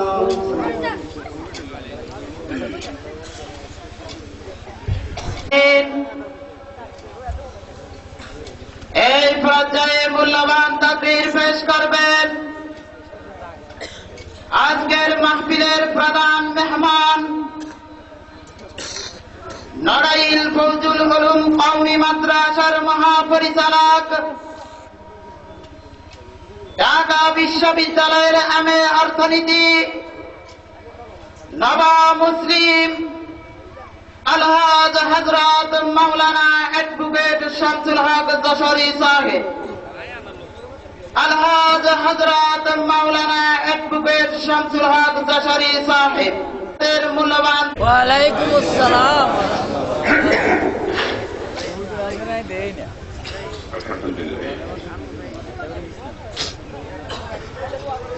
আলহামদুলিল্লাহ কাফা ওয়া সালামুন আলা ইবাদিহি মুস্তাফা আম্মা বা'দ। আউযু বিল্লাহি মিনাশ শাইতানির রাজীম। বিসমিল্লাহির রাহমানির রাহিম। ওয়া মা খালাকতুল জিন্না ওয়াল ইনসা ইল্লা লিয়াবুদুন। শুকরিয়া আল্লাহুম্মা সাল্লি আলা সাইয়্যিদিনা ওয়া নাবিয়িনা ওয়া শাফিঈনা ওয়া হাবিবিনা ওয়া মাওলানা মুহাম্মদ সাল্লাল্লাহু আলাইহি ওয়া আলা আলিহি ওয়া আসহাবিহি ওয়া বারিক ওয়া সাল্লাম। اللهم صل على سيدنا ونبينا وشفينا وحبيبنا ومولانا محمد صلى الله عليه وعلى آله وأصحابه وبارك وسلم. اللهم صل على سيدنا ونبينا وشفينا وحبيبنا ومولانا محمد صلى الله عليه وعلى آله وأصحابه وبارك وسلم. আলহামদুলিল্লাহ, ঐতিহ্যবাহী কালাচাঁদপুর এমদাদুল উলুম নুরানিয়া হাফিজিয়া মাদ্রাসা চত্বরে এলাকাবাসীর সহযোগিতায় মাদ্রাসা কর্তৃপক্ষের উদ্যোগে আয়োজিত আজকের বাৎসরিক ওয়াজ ও দোয়া মাহফিলের সম্মানিত সভাপতি, উপস্থিত মুআজ্জাজ ওলামা হযরত, দূর দূরান্ত থেকে আগত দিনদার ইমানদার, আমার ইসলাম দরদি বাবাজি ও ভাইয়ানেরা, পর্দার অন্তরালে শ্রবণতা, আমার স্নেহময়ী মা ও বোনেরা এবং আমার স্নেহের কচিকা যারা, আপনারা বাদাসর থেকে নিয়ে দীর্ঘ রাত পর্যন্ত বিভিন্ন ওলামা হযরতের জবান থেকে কোরআন হাদিসের আলোকে অত্যন্ত মূল্যবান আলোচনা শুনেছেন। এখন আমি নালায়েক আপনাদের সামনে উপস্থিত। আল্লাহ পাক যদি তৌফিক ইনায়েত করেন এবং সাথে সাথে আপনারা যদি অন্তর থেকে দোয়া করেন, আমিও আপ্রাণ চেষ্টা করবো কোরআন এবং হাদিসের আলোকে অল্প কিছু কথা আপনাদের সামনে বলার জন্য। আসুন সর্বপ্রথম ওই পাকজাতের দরবারে শুকরিয়া জ্ঞাপন করি যিনি আজকের এই সময়ে এ জমিনের মধ্যে কোটি কোটি মানুষকে বিবিধ প্রকার নাফরমানি মাঝে নিমজ্জিত রেখে আমাকে আপনাকে আজকের এই কোরআন হাদিসের আলোচনার জলসা রিয়াজুল জান্নাত তথা বেহেশতের বাগিচায় অল্প সময় বসার সুযোগ করে দিয়েছেন। এই জন্য কি জবান খুলে জোরে সরে ওই পাকজাতের শুকরিয়ার সকলে একবার বলি আলহামদুলিল্লাহ। আমার বাবাজিরা, এটা যে বেহেশতের বাগান, এই ব্যাপারে কোনো সন্দেহ আছে? যদি কারো সন্দেহ থাকে কসম খোদা তার নামাজ রোজা হজ যাকাত কোন আমল তার জন্য কোনো উপকার বই আনতে পারবে না। কারণ এটা বেহেশতের বাগান, এ কথা আমি শামসুল হকের জবানের না, এ কথা বলেছেন এমন এক ব্যক্তি যার জবানের কোন একটা কথা পর্যন্ত মিথ্যা হয় নাই এবং কিয়ামত পর্যন্ত হবে না। আর সেই মহামানব নবী সৈয়দুল আম্বিয়া নবী মুহাম্মদুর রাসূলুল্লাহ সাল্লাল্লাহু আলাইহি ওয়াসাল্লাম তার পবিত্র জবান দিয়ে বলেন, যতক্ষণ দিনই আলোচনা চলবে ততক্ষণে ময়দান বেহেশতের বাগান চিৎকারতে বলে সুবহানাল্লাহ। তাই বাবাজিরা আমার, রাসূলের এই কথার উপরে যদি কেউ সন্দেহ করে তার ঈমানই থাকবে না, আর ঈমান যদি না থাকে নেক আমল দিয়ে কি লাভ হবে বলেন? এই জন্য এবার আল্লাহ পাক আমাদেরকে বেহেশতের বাগানে বসার সুযোগ করে দিয়েছেন, এতে আমরা সকলে খুশি তো কি বলেন? আলহামদুলিল্লাহ। আমরা বেহেশতের বাগিচায় বসার সুযোগ পেয়ে খুশি হয়েছি, তাই না? একটু খবর নিয়ে দেখেন আজকের ময়দানে অনেক দূরের লোক এসে হাজির হয়েছে, ঠিক না? আবার একটু খোঁজ খবর নেন ময়দানের আশপাশ এলাকার বাড়িঘর গুলাতে এখনো পর্যন্ত কত হতভাগা মুসলমান ঘরে বসে বিবিকে নিয়ে কত মজার মজার গল্প করতেছে, ঠিক না? কত হতভাগা এখনো পর্যন্ত বাড়িতে আত্মীয় স্বজনী কত আনন্দ ফুর্তিতে লিপ্ত আছে, ঠিক কিনা বলেন? আবার কত কপাল পোড়া মুসলমান ঘর থেকে বের হয়ে আসছে, ঠিকই শয়তান তাদেরকে বেহেশতের বাগিচায় বসার সুযোগ দেয় না। শয়তান তাদের কানে রশি লাগাইয়া রাস্তার উপরে বাজারের ভিতরে দোকানের সামনে দিয়ে ঘুরাইতেছে, ঠিক না? আশা বলেন পুরো মুসলমানের কানে কোরআন হাদিসের আলোচনার আওয়াজ পৌঁছায়, জান্নাতের বাগিচার খবর পৌঁছায়, এরপরও যদি সে মুসলমানের জান্নাতের বাগিচা উপস্থিত হতে না পারে তার মতো হতভাগা কপাল পোড়া এ দুনিয়ার জমিনে কেউ থাকতে পারে? এই জন্য এবার আমি আলোচনা শুরু করার পূর্বে যে পর্যন্ত মাইকে লাউড স্পিকারের ধ্বনি পৌঁছায় এতদ অঞ্চলের প্রতিটা বালের পুরুষ মুসলমানের দুইখানা পায়ে হাত অনুরোধ করবো, অবাক সত্যি যদি আপনি দাবি করেন আপনি একজন মুসলমান, আমি আপনার দুইখানা পায়ে হাত অনুরোধ করছি আর দূরে দাঁড়িয়ে বসে থাকবেন না, মেহেরবানি করে অল্প সময়ের ভিতরে বেহেশতের বাগিচায় চলে আসে। বলা যায় না বাবরে, আজকের রাত্রি আমার আপনার জীবনের শেষ রাত্রিও হয়ে যেতে পারে। আজকের দিনের মাঝে কত লোক এ দুনিয়া থেকে চির বিদায় নিয়েছে তার হিসাব নাই, আর আমি আর আপনি যে রাত্রিতে বিদায় নেব না এমন কোন গ্যারান্টি মনে হয় এখনো পর্যন্ত কারো কাছে আসছে কোনো গ্যারান্টি বলেন? এই জন্য এবার মালাকুল মউত যে কখন আসবে আর আমার আপনার টুটি টিপে ধরবে এ খবর কিন্তু দুনিয়ার কারো জানা নাই। আর অন্ধকার কবরে কিন্তু আমাকে আপনাকে একাকি থাকতে হবে।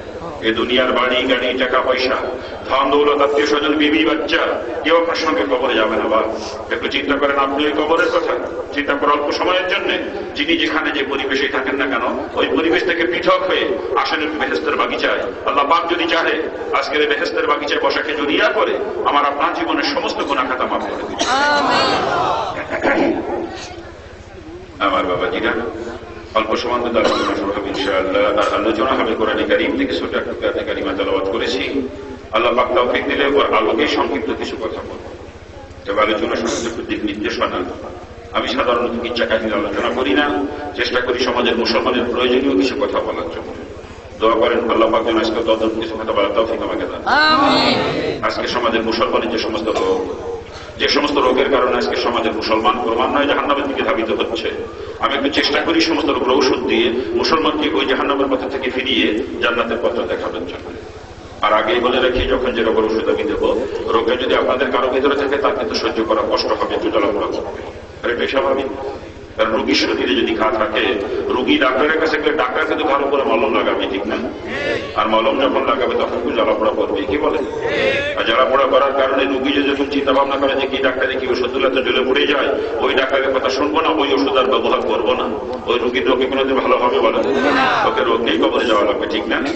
তদ্রুপভাবে আমিও যখন যে রোগের ওষুধ দেবো, এই রোগটা যদি আপনাদের কারো ভিতরে থাকে তারও কিন্তু সহ্য করা কষ্ট হবে, একটু জ্বালাপোড়া করবে।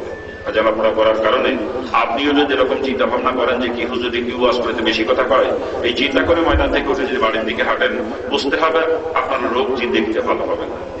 আর আপনি যদি রোগ নিয়ে কবরে যান, জাহান্নাম থেকে বাঁচার কোনো রাস্তা আপনার সামনে খোলা থাকবে। আমি আগেই বলে দিচ্ছি আমি আপনাদের কিছু বেশি কথা বলবো। এমন অনেক কথা বলবো যে কথা শোনা কখনো লজ্জাও পাবো, আর যে বেশি কথা লজ্জা দেওয়ার কথা বলবো কসম খোদা এর পিছনে আমার ব্যক্তিগত কোনো স্বার্থ না। আমার উদ্দেশ্য একটু বেশি কথা বলবো যদি মুসলমানের সন্তানকে জাহান্নামের পথ থেকে ফিরানো। আর আমি বলবো না বেশি কথা কে বলবে বলেন? আমি হিন্দুর ঘরে জন্ম নিয়ে আজকে আমি ইসলাম অনুশাসন মেনে চলতে পারি, অথচ আপনাদের মাঝে আমি ইসলাম খুঁজে পাই না। আফসোস লাগে, হিন্দু থাকতে কোরআন হাদিস পড়েছিলাম, বলে যে ইসলাম আমি কোরআন হাদিসে পেয়েছিলাম, বর্তমান সমাজের অধিকাংশ মুসলমানের মাঝে সেই ইসলাম আমি খুঁজে পাই না। দুঃখে করে যারা কান্দে যে ইসলাম কোথায় আর আজকে সমাজের মুসলমান কোথায়, শুধু এই দুঃখ নিয়ে একটু বেশি কথা আপনাদেরকে বলি। আর এই জন্য যদি একটু বেশি কথা বলি রাগ করবেন না তো? সত্যি রাগ করবেন না তো? এখন বলতেছেন না, কিন্তু যখন ঘাড়ের উপরে পড়বে তখন কিন্তু রাগ করবে। কিন্তু রাগ হইলে আমার করে নিচ্ছে নয়, কারণ ব্যক্তি স্বার্থ নিয়ে কোনো কথা আমি বলি না। মুসলমানকে জাহান্নাম থেকে বাঁচানোর উদ্দেশ্যে কথা বলি, এতে করে রাগ হয় আমার কিচ্ছু আসবে যাবে না, ঠিক কিনা? বাবাজির একটা জিনিস চিন্তা করতে হবে, ডাক্তার রোগীকে কাটে যেটা অপারেশন করে ব্যথা দেয়, এটা কি নিজের ভালো জন্য করে রোগীর ভালো জন্য করে বলেন তো? আপনাদের এলাকার কারোর সঙ্গে তো আমার কোনো শত্রুতা নেই, কি বলেন? কারোর সঙ্গে কোনো আত্মীয়তার বন্ধন নাই, ঠিক কিনা? অর্থের কোনো লেনদেন কারোর সঙ্গে নাই, জমির আল ঠেলাঠেলি বা জমি ভাগাভাগির উপর দ্বন্দ্ব ফসাদও কারোর সাথে নাই, ঠিক না? এরপরও আপনাদেরকে আমি বেশি কথা বলবো, কেন বলবো? শুধু বিবেককে একটু চিন্তা করতে হবে। আমার নিজের স্বার্থে বলবো না, বাজার আপনাদের ভালোর জন্যই বলবো। এরপরও যদি আমার কথায় কারো রাগ হয় বুঝতে আসলে তার কপাল করছে, ঠিক কিনা? কি জোরে বলেন? আসেন আলোচনা শুরু করতে যাচ্ছে, যারা এখন দূরে আসেন মেহরবানি করে দ্রুত ময়দানে চলে আসবে। ভাইজান, আপনি মুসলমানের সন্তান মুসলমান, আর আমি হিন্দুর বাচ্চা মুসলমান। আপনাদের মাঝে আসছি আল্লাহ দিন সম্পর্কে কিছু আলোচনা করবে এই আশা নিয়ে। আর এই জন্য অনুরোধ করবো, এলাকার একটা মুসলমানের সন্তান দূরে থাকবে না। যদি কোনো মুসলমানের সন্তানের কানে আমার মাইকের আওয়াজ পৌঁছায়, আমি আবারও আপনার পায়ে হাত অনুরোধ করছি মেহরবানি করে ময়দানে চলে আসতে হবে। আর যদি কেউ বলে যে আপনি মুসলমানের সন্তান না, তার না আসলেও চলবে, কথা ঠিক না?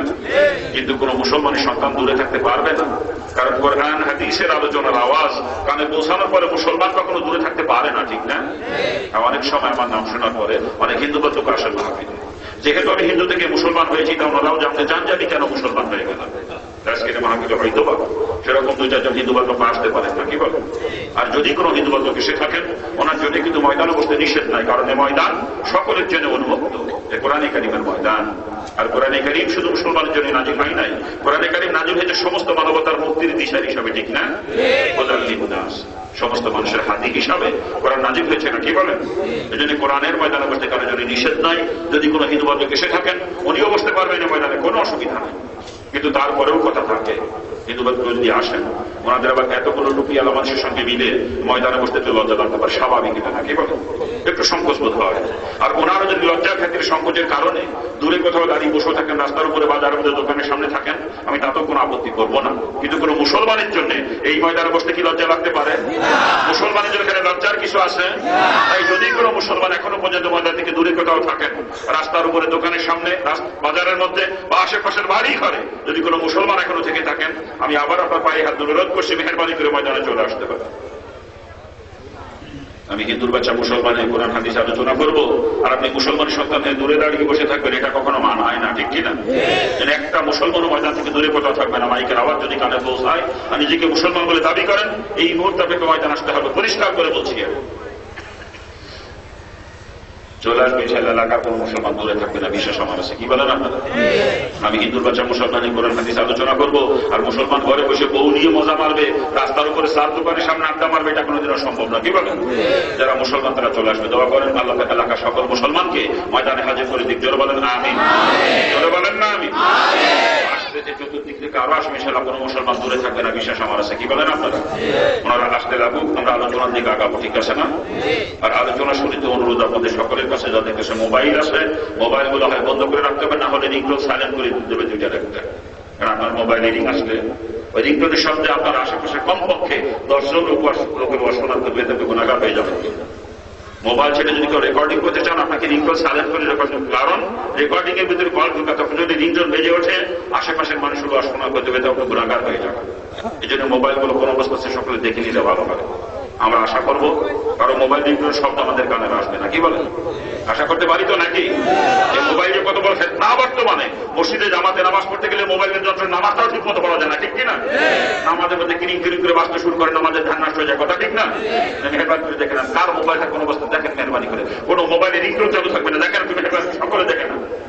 এই যে টেবিলের উপর যে মোবাইল গুলো দেওয়া আছে, রিংটোন সাইলেন্ট করা থাকলে ভালো কথা, না হলে করে দিতে হবে।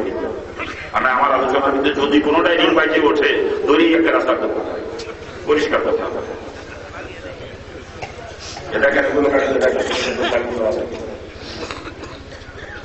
আসেন আলোচনা শুরু করবো। আলোচনা শুরুতে রসুলের হাদিস শোনাবো। রাজি আছেন আপনারা? রসুল আমার হাদিসের মধ্যে বয়ান করেন 3টা জায়গার মাঝে তোমরা ফাঁকা রেখো না। যখন নামাজের কাতারে দাঁড়াও 2 মুসল্লির মাঝখানে যেন ফাঁকা না থাকে। দ্বিতীয়ত যখন স্বামী স্ত্রীর এক বিছানায় ঘুমাও 2জনের মাঝখানে যেন ফাঁকা না থাকে। আর তৃতীয়ত যখন কোনো দিনই মজলিসে বসো ওইখানেও যেন মাঝখানে ফাঁকা না থাকে। হুজুর বলেন এই 3 জায়গায় যদি মাঝখানে ফাঁকা থাকে, ফাঁকা জায়গা রাখতে দেশে বসে বলেন তাকে বলেন ইবলিস। ওর গায়ে কিন্তু আগুন জ্বলতেছে কেন জানেন? রসুল মারুন হাদিসের মধ্যে বয়ান করেন যখন কোনো দিনই মজলিস শেষ হয় একজন ফেরেশতা এরকম ঘোষণা করতে থাকে, হে মজলিসওয়ালারা তোমরা এমন ভাবে মজলিস থেকে ওঠো যেন তোমরা একজন নবজাত শিশু, অর্থাৎ তোমাদের আমল নামাজে গুনাহ ছিল ওই গুনাহ রাশি মাফ করে দেওয়া হয়েছে, গুনাহ জায়গাগুলো নেকিতে পরিবর্তন করে দেওয়া হয়েছে। আসলে ইংলিশকে মেনে নিতে পারে? সারা জীবন ইংলিশ কত কষ্ট করে করে আমার কাছে কিন্তু গুনার কাজ করিয়েছে, আর আজকের এই ময়দানে বসে জীবনের কোনো সব মাফ হয়ে যাবে, আবার গুনার জায়গা নেকিতে পরিবর্তন করে দেওয়া হবে, এটা কি ইংলিশ মেনে নিতে পারে? বলে এই জন্য ইংলিশের গায়ে কিন্তু আগুন জ্বলতেছে কি আপনি আমাকে আপনার ময়দান থেকে উঠাবে, এইটা তো ইংলিশের সব থেকে বড় চেষ্টা, ঠিক না? তাই হুজুর বললেন ফাঁকা পাইলেই ও ফাঁকা জায়গায় ইংলিশ বসবে, বসে আমার কাছে ধোকা দিয়ে ময়দান থেকে ওঠানোর চেষ্টা করবে। আর আমি আপনি যদি ইংলিশের ধোকা পড়ে ময়দান থেকে উঠে যাই ইংলিশ কিন্তু আমার আপনার উপরে খুশি হবে, ঠিক না? ওদিকে কিন্তু আর একটা নারাজ হয়ে যাবে। বলেন তোকে জোরে বলেন আপনারা কাকে শুনুন, আল্লাহকে না ইংলিশকে? আল্লাহকে খুশি পেতে হয় ময়দানের মাঝখানে ইংলিশের বসার কোনো জায়গা রাখা চলবে না। যার সামনে ফাঁকা থাকবে আমি মনে করবো আপনি ইংলিশকে খুশি করার জন্য আপনার সামনে ইংলিশের বসার জন্য জায়গা রেখে দিয়েছেন। ইংলিশকে খুশি করতে চান কেউ? ইংলিশকে খুশি করতে চান কেউ? তাহলে সকলে আমার সঙ্গে জিকির করে জিকিরে তাহলে তাহলে প্রত্যেকের সামনে আগাইয়া নিজের সামনে থাকাটা নিজেই পূরণ করে নিতে হবে। আপনি জায়গায় বসে থেকে আর একজনকে ঠেলে সামনে পাঠাবেন এরকম চলবে না, কিন্তু আপনাকে সামনে আগাইয়া আপনার সামনে আপনাকেই পূরণ করতে হবে। জিকির করে সামনের দিকে আগান আল্লাহ আল্লাহ আল্লাহ আল্লাহ আগান আগান আগান আগান আগান আগান আগান আগান আগান আগান আগান। আমি জায়গায় বসে জিকির করতে পারি না, জিকির করতে বলতে সামনে আগাইতে বলছি।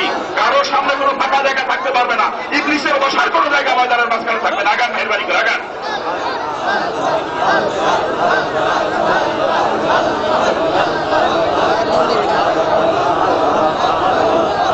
এখনো মাঝে মাঝে ফাঁকা অনেকে নড়ে না, দেখা নেই ইবানের আগান সামনে ফাঁকা তো আপনার আমি দেখতেছি তো এখান থেকে।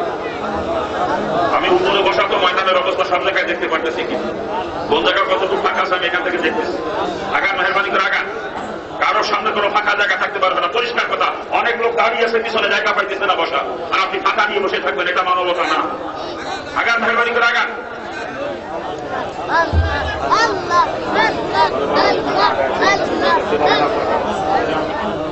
কাছে এসে বসে সবাই দেখতে পাচ্ছি, কাস্টমারগুলো দেখতে পারবো কি এখন দেখা যায় না? হ্যাঁ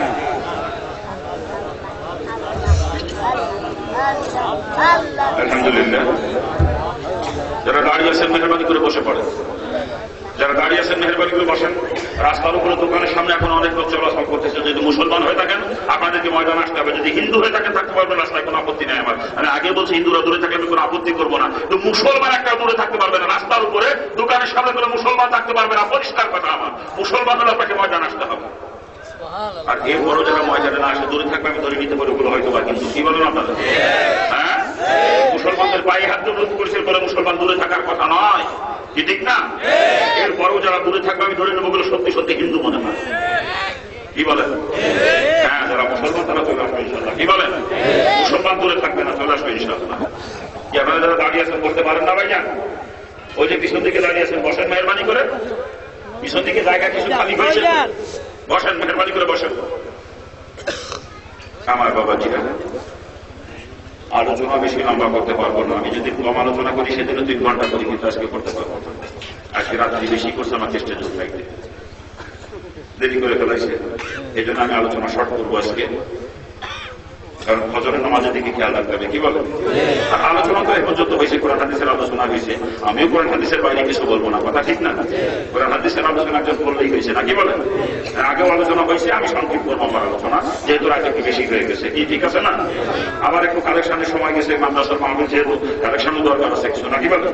আর মাদ্রাসাগুলো চলবে কি করে? দিনী প্রতিষ্ঠানগুলো 10 জনের সহযোগিতায় চলবে, ঠিক না? এই জন্য সবাই কিছু নষ্ট হয়েছে, এই জন্য আমি মনে কিছু করি নাই, সময় কিছু আগে বেশি পার হয়ে গেছে, আমার সময় কমে গেছে, যেন আমার আলোচনা সংক্ষিপ্ত হবে। কিন্তু আমি লম্বা আলোচনা করি, আর মিনিমাম যেদিন করি সেদিনও 3 ঘন্টা আলোচনা করি, কম হয়। কোনো কোনো দিন 4 ঘন্টা 5 ঘন্টা আলোচনা করি, যদি সময় মধ্যে স্টেজে যায়। ঈশান নামাজ পড়ে যদি আমাদের দিয়ে দেয়, তো যে টাইম যে পর্যন্ত আলোচনা করবো আর যত রাত করে দিবে সময় তত কমতে থাকবে। কিন্তু আজকে কথা হবে না, তো কোনো কথা বলতে পারবেন না, কথা বলতে হবে যে আপনারা ভিতরে এসে বসতে পারেন না, পিছন দিকে জায়গা খালি আছে, ওই ফাঁকা দিয়ে উঠি মেরে দেখতেছে।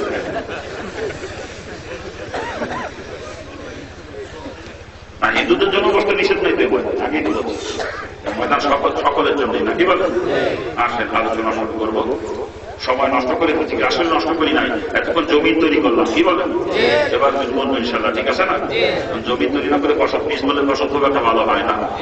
এতক্ষণ চাষতে জমিন তৈরি বিষয় বীজ মন্ত্র নিয়ত করছি, দোয়া করেন আল্লাহ পাক যেন তৌফিক দান করেন। আমি যে আজকে কারিমা তেলাওয়াত করছি আপনাদের সামনে, আল্লাহ পাক একজন ঘোষণা করছেন, ওয়া মা খালাকতুল জিন্না ওয়াল ইনসা ইল্লা লিয়াবুদুন। জিন এবং ইনসান এই দুই জাতিকে আল্লাহ পাক কেন সৃষ্টি করেছে সে উদ্দেশ্য এখানে বয়ান করছেন, ঠিক না? আমার মাওলানা একদম দুনিয়া মানুষেরা ভালো করে জেনে নাও, এই উদ্দেশ্য নিয়ে তোমাদেরকে সৃষ্টি করি নাই। তোমরা খানা খাইবে, ঘুমাইবে, পায়খানা প্রস্রাব করবে, এই জন্য তোমাদেরকে সৃষ্টি করা হয় নাই। ব্যবসা করবে, দোকানদারি করবে, কৃষি কাজ করবে, চাকরি করবে, এই উদ্দেশ্য নিয়ে তোমাদেরকে আমি সৃষ্টি করি নাই। রাজনীতি করবে, সংসার করবে, বিবাহ যেন উন্নতি করবে, বলে উদ্দেশ্য তোমাদেরকে সৃষ্টি করা হয়েছে।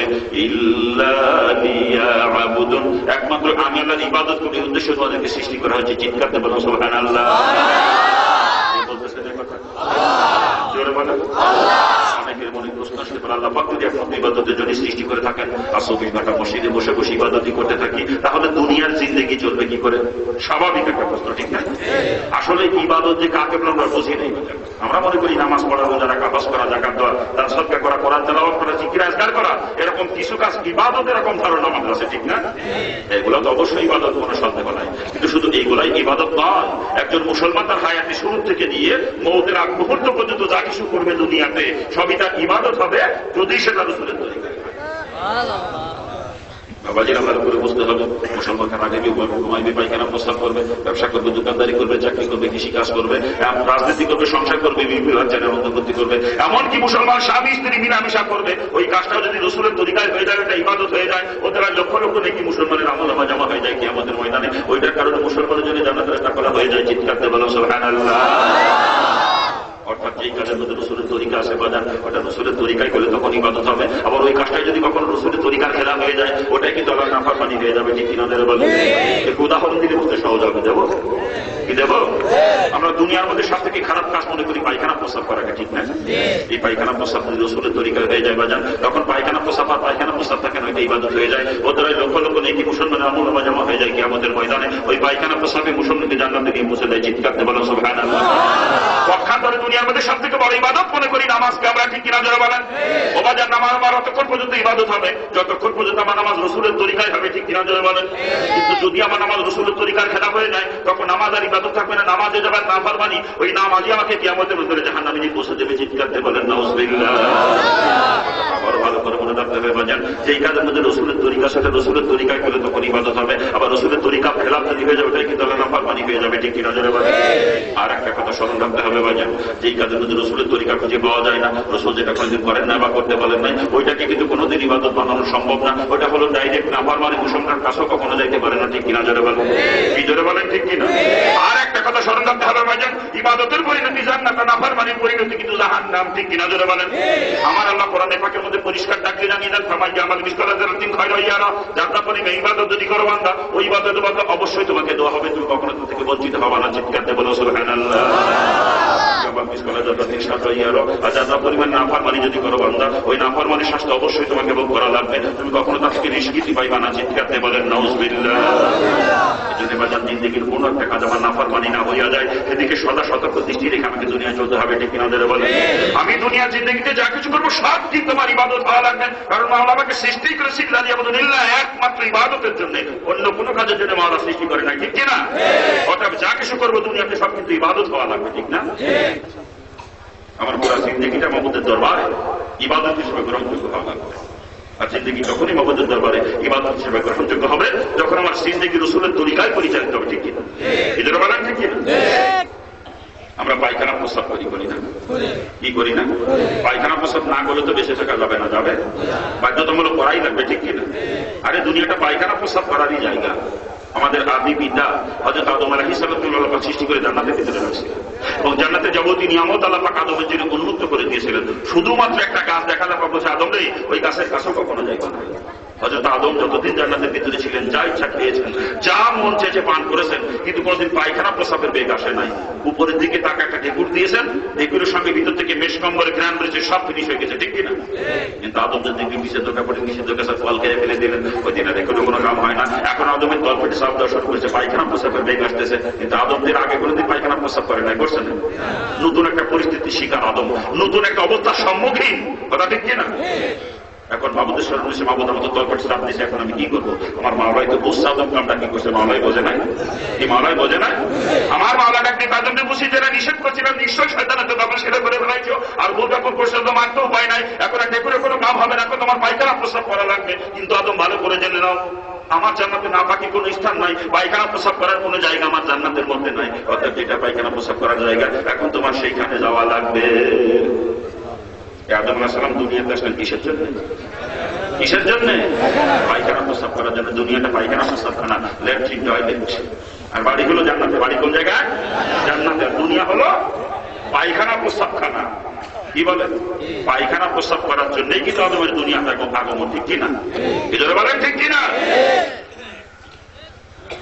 আর পায়খানা প্রস্রাবখানার ভিতরে ঢুকে সুখ শান্তি তালাশ করে যারা পাগল, তারা।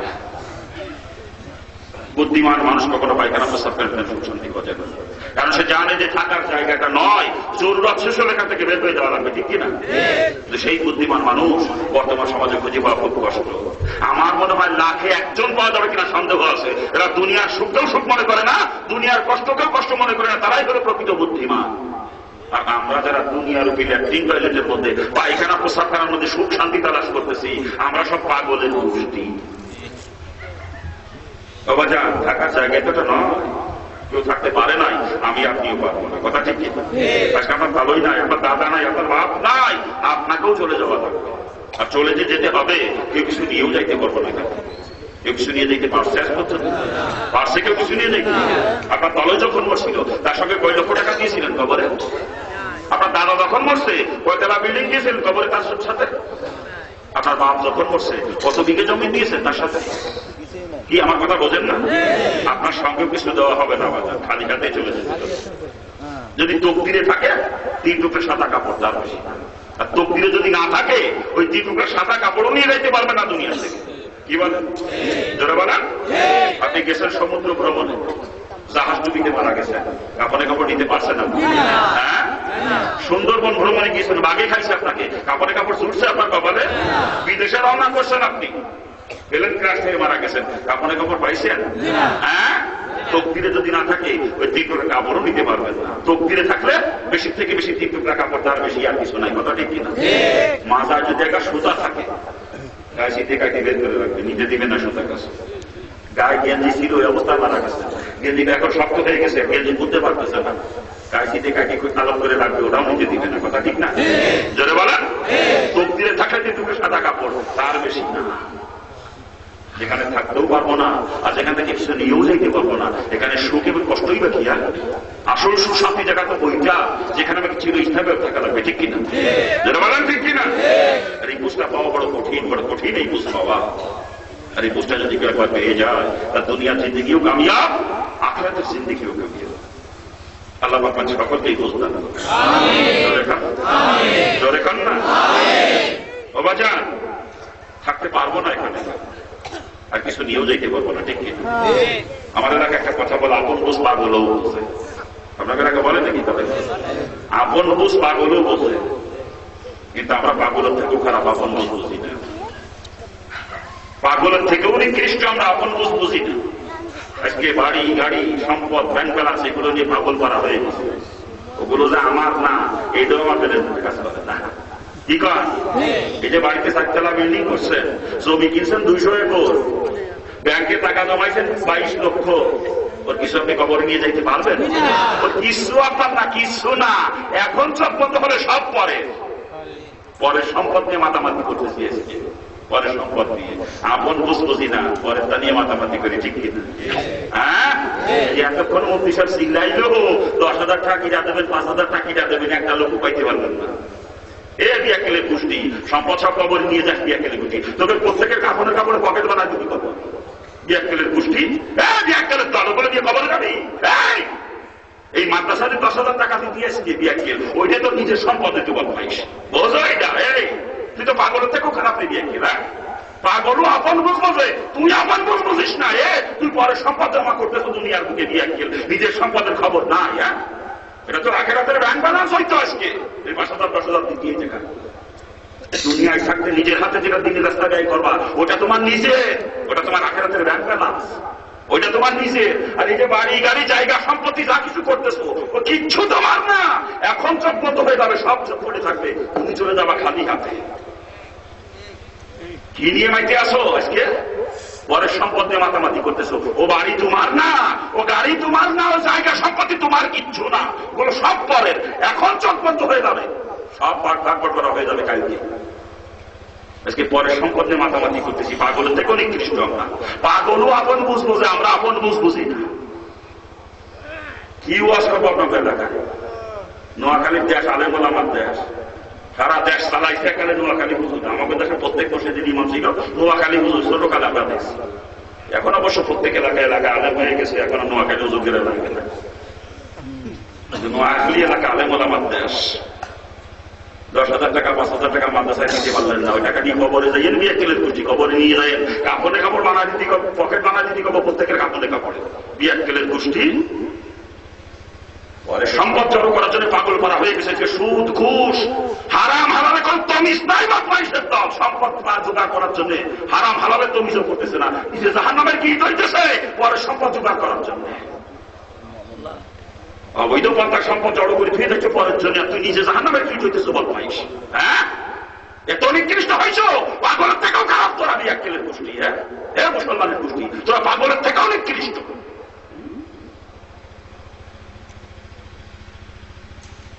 খারাপ লাগতেছে। সিগারেটে সিগারেটে মুখতে সামনে মুখতে ফেনা বেরো গেছে আমার মনে হয়।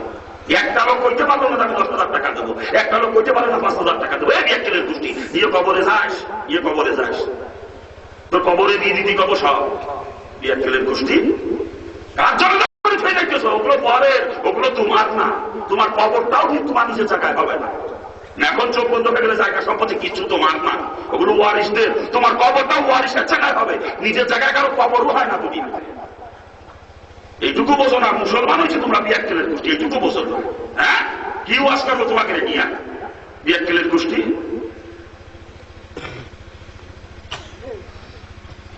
খারাপ লাগতেছে নাকি? খারাপ লাগতেছে। আল হাকুমুর রাসূলের হাদিস, হক কথা দ্বিতীয়, হক কথা দ্বিতীয় রাসূলের হাদিস। খারাপ লাগবে, এটা স্বাভাবিক। কি কথা ঠিক কিনা? অথচ ওলামা হযরত তো বোঝে এগুলো নাকি করে? সাধারণ পাবলিক না বুঝে, ওলামা হযরতের বোঝা উচিত আমি মনে করি। একজন আলেমও কইল না আমি 10,000 টাকা দেবো, এলাকা আলেম ওলামা নাই নাকি? ওই আলেমরাও টাকা দিয়ে কবরে যাবে সব নাকি? বিয়াক্কেলের গোষ্ঠী আলেম হয়েছে, বিয়াক্কেল তুই আলেম হয়েছে, আলেম নামের কলঙ্ক তোরা। আলেম তো নিজের কিডনি বেশি মাদ্রাসায় দিয়ে দেবে, আলেম নিজের রক্ত বেশি মাদ্রাসায় দিয়ে দেবে, কোরআনের খেদমতের জন্য নিজের জীবন বিলীন করে দেবে। আলেম কি এর আলেম হয়েছে তোরা? বিয়াক্কেলের গোষ্ঠী কোরআনের খেদমতের জন্য জীবন দিয়ে দেবে আলেমরা। আর 5,000 10,000 টাকা দিতে পারলো না, আলেম হয়েছে তোমরা বিয়াক্কেল। আলেম নামের কলঙ্ক তোরা, আলেম নামের কলঙ্ক।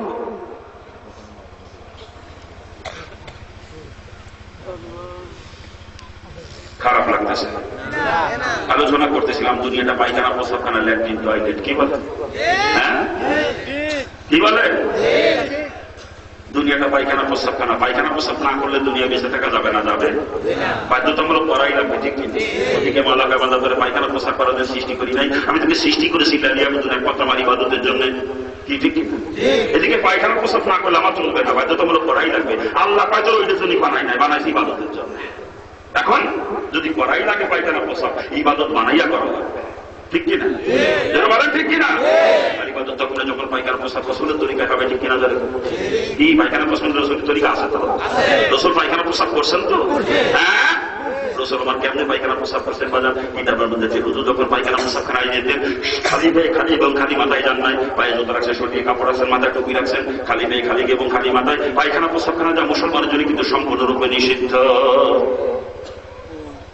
কি বলেন? দুঃখ লাগে অনেক সময় দেখি মুরব্বী বাবা আছি নামাজ পড়ে বসে থেকে বেরোছে, টুপিটা মাথায় ছিল, হঠাৎ করে পায়খানা দেখেছে, কি করবে দিশা পায় না, তাড়াতাড়ি মাথার টুপিটা ফিরে পকেটে ঢুকায়, মনে করে পায়খানা খারাপ জায়গায় টুপি মাথায় দিয়ে যাবো, অথচ খালি মাথায় যে পায়খানা প্রস্রাবখানে যাওয়াই নিষেধ। এ বর্তমান অধিকাংশ মুসলমান জানে। রসুলের পরিষ্কার হাদিস, রসুল বলেন যদি কেউ খালি মাথায় পায়খানা প্রস্রাবখানা যায় শয়তান তার মাথা করে প্রস্রাব করে। চিৎকার দিয়ে বলেন নাউজুবিল্লাহ। শয়তান তার মাথা করে প্রস্রাব করবে, এটা কেউ চান? এটা চান কেউ? যদি খালি পেয়ে খালি এবং খালি মাথায় পায়খানা প্রস্রাবখানা যাওয়া চলবে না। মনে থাকবে তো মুসলমান? শুনবেন, খালি শুনবেন নাকি আমলও করবেন? খালি শুনবেন নাকি আমলও করবেন? এরপরে হুজুর যখন পায়খানা প্রস্রাবখানা যাইতেন, যাওয়ার আগে বাইরে থেকে আল্লাহর কাছে সাহায্য যেতেন, শয়তান থেকে পানা যেতেন, দোয়া করতেন, ভিতরে যখন ঢুকতেন বাম পা দিয়ে প্রবেশ করতেন, ভিতরে ঢুকে যখন বসতেন বাম পায়ের উপরে ভার দিয়ে বসতেন, প্রস্রাবের সেই নিয়মিত কুলু ব্যবহার করতেন, আর পায়খানা শেষে নিয়মিত ডিলা ব্যবহার করতেন। এই পয়েন্টের মধ্যে আমার আলোচনার বিষয়বস্তু প্রদান ডিলা আর কুলু ভালো করে বুঝতে হবে যে প্রস্রাবের কুলু এটা তো পুরুষদের জন্য, নারীদের জন্য নয়। কারণ নারী এবং পুরুষের প্রস্রাব রঙ্গট ভিন্ন। নারীরা বসা অবস্থায় তাদের প্রস্রাব ক্লিয়ার হয়ে যায়, ওই অবস্থায় তারা পানিতে দিলেই পরিষ্কার হয়ে যাবে, কোনো সমস্যা নাই। কিন্তু বাজার পুরুষ যখন প্রস্রাব করতে বসে পুরুষ সঙ্গের গোড়া একটা ভাঁজ পড়ে যায়, ওই ভাঁজের ভিতরে দুই চার ফোঁটা প্রস্রাব আটকা থাকে, ওটা বসা অবস্থায় কিয়ামত পর্যন্ত কোনোদিনও ক্লিয়ার হবে না। উনি যখন দাঁড়াবে, রঙটা যখন সোজা হবে, তখন ভাঁজের ভিতরে আটকা প্রস্রাবটুকু চোয়া নিচের দিকে নামবে, আর ওটা চোয়া নিচের দিকে নেমে পরিষ্কার হতে যতটুকু সময় লাগে প্রস্রাব এসে গুরু ব্যবহার করিয়ে দাঁড়াইয়া অতটুকু সময় একটু নড়াচড়া করা প্রত্যেকটা পুরুষ লোকের জন্য জরুরি। অনেকে 40 কদম আটা লাগে না, এরকম কোনো কিতাবে আমরা পাই নাই। 40 কদম 42 কদম কোনো শর্ত না, শর্ত হলে ওটা পরিষ্কার হয়ে যাওয়া লাগে। এতে বৃদ্ধ মানুষের সময় একটু বেশি লাগে, যুবকদের সময় কম লাগে। আর যখন পরিষ্কার হয়ে যায় দিলের থেকে সাক্ষী দেয় পরিষ্কার হয়ে গেছে, দিলের ভিতরে ইতমিনান এসে যায়। ঠিক কিনা? কোন পুরুষ লোক যদি প্রস্রাবের কোনো ব্যবহার না করে, পরিস্থিতিকে ভালো করে বোঝার চেষ্টা করবেন। আপনি প্রস্রাবের কোনো ব্যবহার করেন না, পানি খরচ করছেন ঠিকই, পানি খরচ করার পরে যখন উঠে হাঁটতে শুরু করেছেন, ওই ভাঁজের ভিতরে যে প্রস্রাব কটকা ছিল এটা চোয়া নিচের দিকে নেমে শরীর লাগবে, কাপড়ে লাগবে। আপনি তো মনে করছেন এই মাত্র পানি খরচ করছি, পানি লেগে ভিজে ভিজে লাগতেছে, ঠান্ডা ঠান্ডা ফেলতেছে। হ্যাঁ, পানিও লাগছে, সাথে ভাঁজের ভিতরে যে প্রস্রাব আটকা ছিল ওটাও নিচের দিকে নেমে শরীর লাগছে, কাপড়ে লাগছে। আপনার শরীরও না পাক, কাপড়ও না পাক। একটু পরীক্ষা করে দেখবেন। আমি দেখছি কয়েকবার পরীক্ষা করছি। প্রস্রাব শেষে বসা অবস্থায় কাশ কোষ দিয়ে কাপ দিয়ে টাইনিয়ে টুনিয়ে পরিষ্কার করে টিস্যু দিয়ে মুছে ফেলা দেবেন, পানি দেবেন। ওই বসা অবস্থায় টিস্যু দিয়ে মুছে ফেলা দেবেন, পানি দেবেন। এবার আরেক টুকরা নতুন টিস্যু হাতে নিয়ে একটু উঠে নড়াচড়া করবেন, দেখবেন নতুন টিস্যুটা আবার ভিজে গেছে। আমি অনেকবার পরীক্ষা করে দেখছি যে নতুন টিস্যুটা আবার ভিজে গেল। এটা আসলো কোথা থেকে? ওই যে ভাতের ভিতরে যে একটু আটকা ছিল ওটা হাজার চেষ্টা করে বসা অবস্থায় পরিষ্কার করতে পারবেন না কোনোদিন। আমি বহুত চেষ্টা করে দেখি, হয় না। তো ওই অবস্থায় তো ওষুধ করছে না, আপনার শরীর পাক হয়েছে, শরীরও না পাক, কাপড়ও না পাক। ওযু করে নামাজের নিয়ত করছে, নামাজ হবে? নামাজ হবে? নামাজের ভিতরে ফরজ 13টা, 13টা ফরজের একটাও যদি কোনো কাটা ছুটে যায় নামাজ আর হবে না, ঠিক কিনা? আর 13টা ফরজের ভিতরে 1 নাম্বার ফরজ শরীর পাক, 2 নাম্বার ফরজ কাপড় পাক, ঠিক না? আপনি কোনো ব্যবহার না করার কারণে শরীর না পাক, কাপড় না পাক, ওই অবস্থায় ওযু করে নামাজ পড়তেছেন, বাজার নামাজ তো হবেই না, বরং সেজদায় কবিরা গুনাহ হবে। আর না পাক হবে তার সেজদা দেওয়া হারাম, কবিরা গুনাহ। ফতোয়ার কিতাবের মধ্যে দেখছি যদি কেউ চায় সে ইচ্ছাকৃত না পাক অবস্থায় সেজদা দেয়, ওই লোকটা ঈমান হারা হয়ে যাওয়ার সম্ভাবনাও থাকে। পুরুষ লোকের যদি কোনো ব্যবহার করা কতটুকু জরুরি মনে হয়? কতটুকু জরুরি মনে হয়? যদিও কোনো ব্যবহার করা সুন্নাত বাজান, কিন্তু এই সুন্নাতের উপর ফরজ নির্ভরশীল, ঠিক কিনা? আর সেই সুন্নাতের উপর ফরজ নির্ভরশীল ওই সুন্নাতকে বলা হয় ফরজের পরিগ্রহ। ফরজের তুলনায় ওই সুন্নাতের গুরুত্ব শরীয়তে কোনো দিক দিয়ে পাবো না। দুঃখ লাগে মাঝে মাঝে দেখি টাইটেল পাস মাওলানা উনিও বদনাই করে পানি নিয়ে প্রস্রাবখানায় যাইয়ে প্রস্রাব করে তুই উঠে চলে আসে, পুরুফির কোনো বালাই নাই। চিন্তা করেন, প্রস্রাব করে পুরো ব্যবহার করেন, এটা বলে আলেম। হ্যাঁ, ওরা আলেম কিন্তু গুনাহ হবে, আলেম নামের কলঙ্ক। ও তো 24 ঘন্টা না পাক থাকে, 24 ঘন্টা। বাবাজিরা ভালো করে বুঝতে হবে। আপনি আজকে 10টার সময় গোসল করেছেন, এরপরে 12:30 থেকে প্রস্রাব করেছেন, করে পুরো ব্যবহার করেন নাই, পানি খরচ করছে ঠিকই, কিন্তু পুরো ব্যবহার না করার কারণে 12:30টার সময় আপনার শরীর নাপাক হয়ে গেছে। ওই অবস্থায় জোহরে নামাজ পড়ছেন, নামাজ নষ্ট হয়ে গেছে, আসরের নামাজ নষ্ট হয়েছে, মাগরিব নষ্ট হয়েছে, ইশাও নষ্ট হয়ে গেছে, আগামীকাল ফজর পড়বেন, অবস্থা ফজর নষ্ট হয়ে যাবে। এরপরে কালকে যখন পুনরায় আপনি গোসল করবেন, ওই সময় শরীরের প্রস্রাবটা দিয়ে পরিষ্কার হবে। এর আগ পর্যন্ত 24 ঘন্টা কিন্তু আপনি নাপাক। মনে থাকবে মুসলমান? কি মনে থাকবে তো?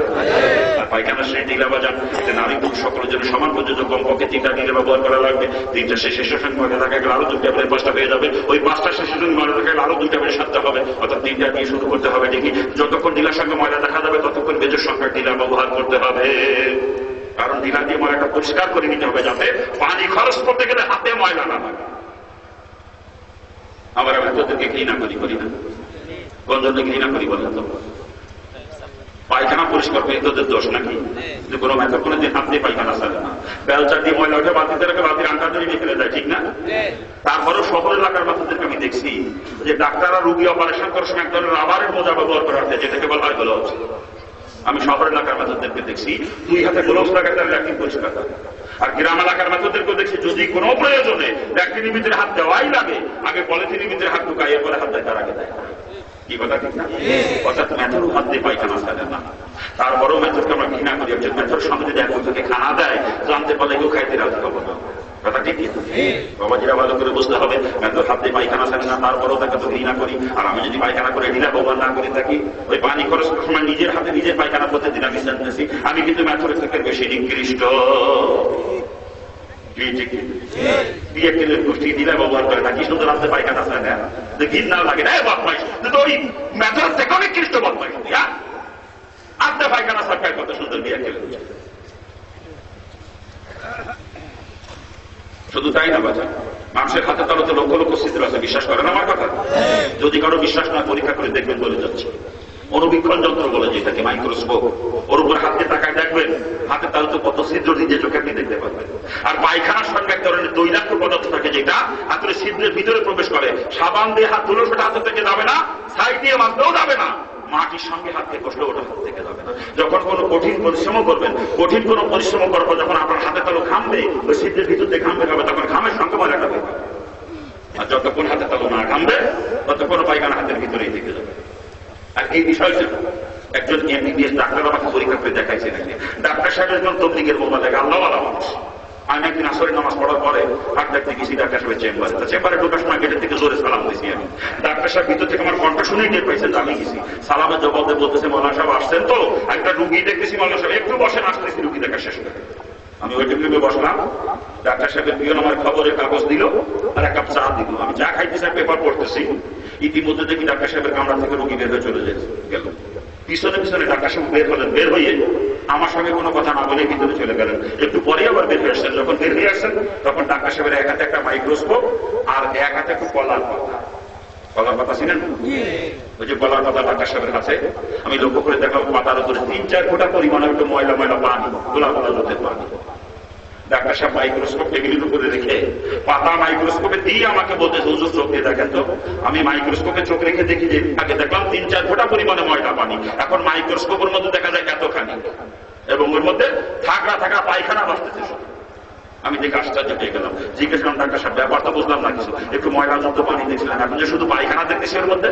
ডাক্তার সাহেব বলছে, বিষয়টা আমার বলতে থেকে চিন্তায় ছিল, তো পরীক্ষা করার সুযোগ পাইছিলাম না, আজকে সুযোগ পাইছি।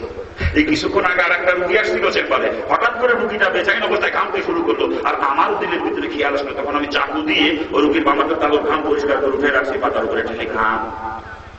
ডাক্তার সাহেব বলতেছেন, আমি তো আগেই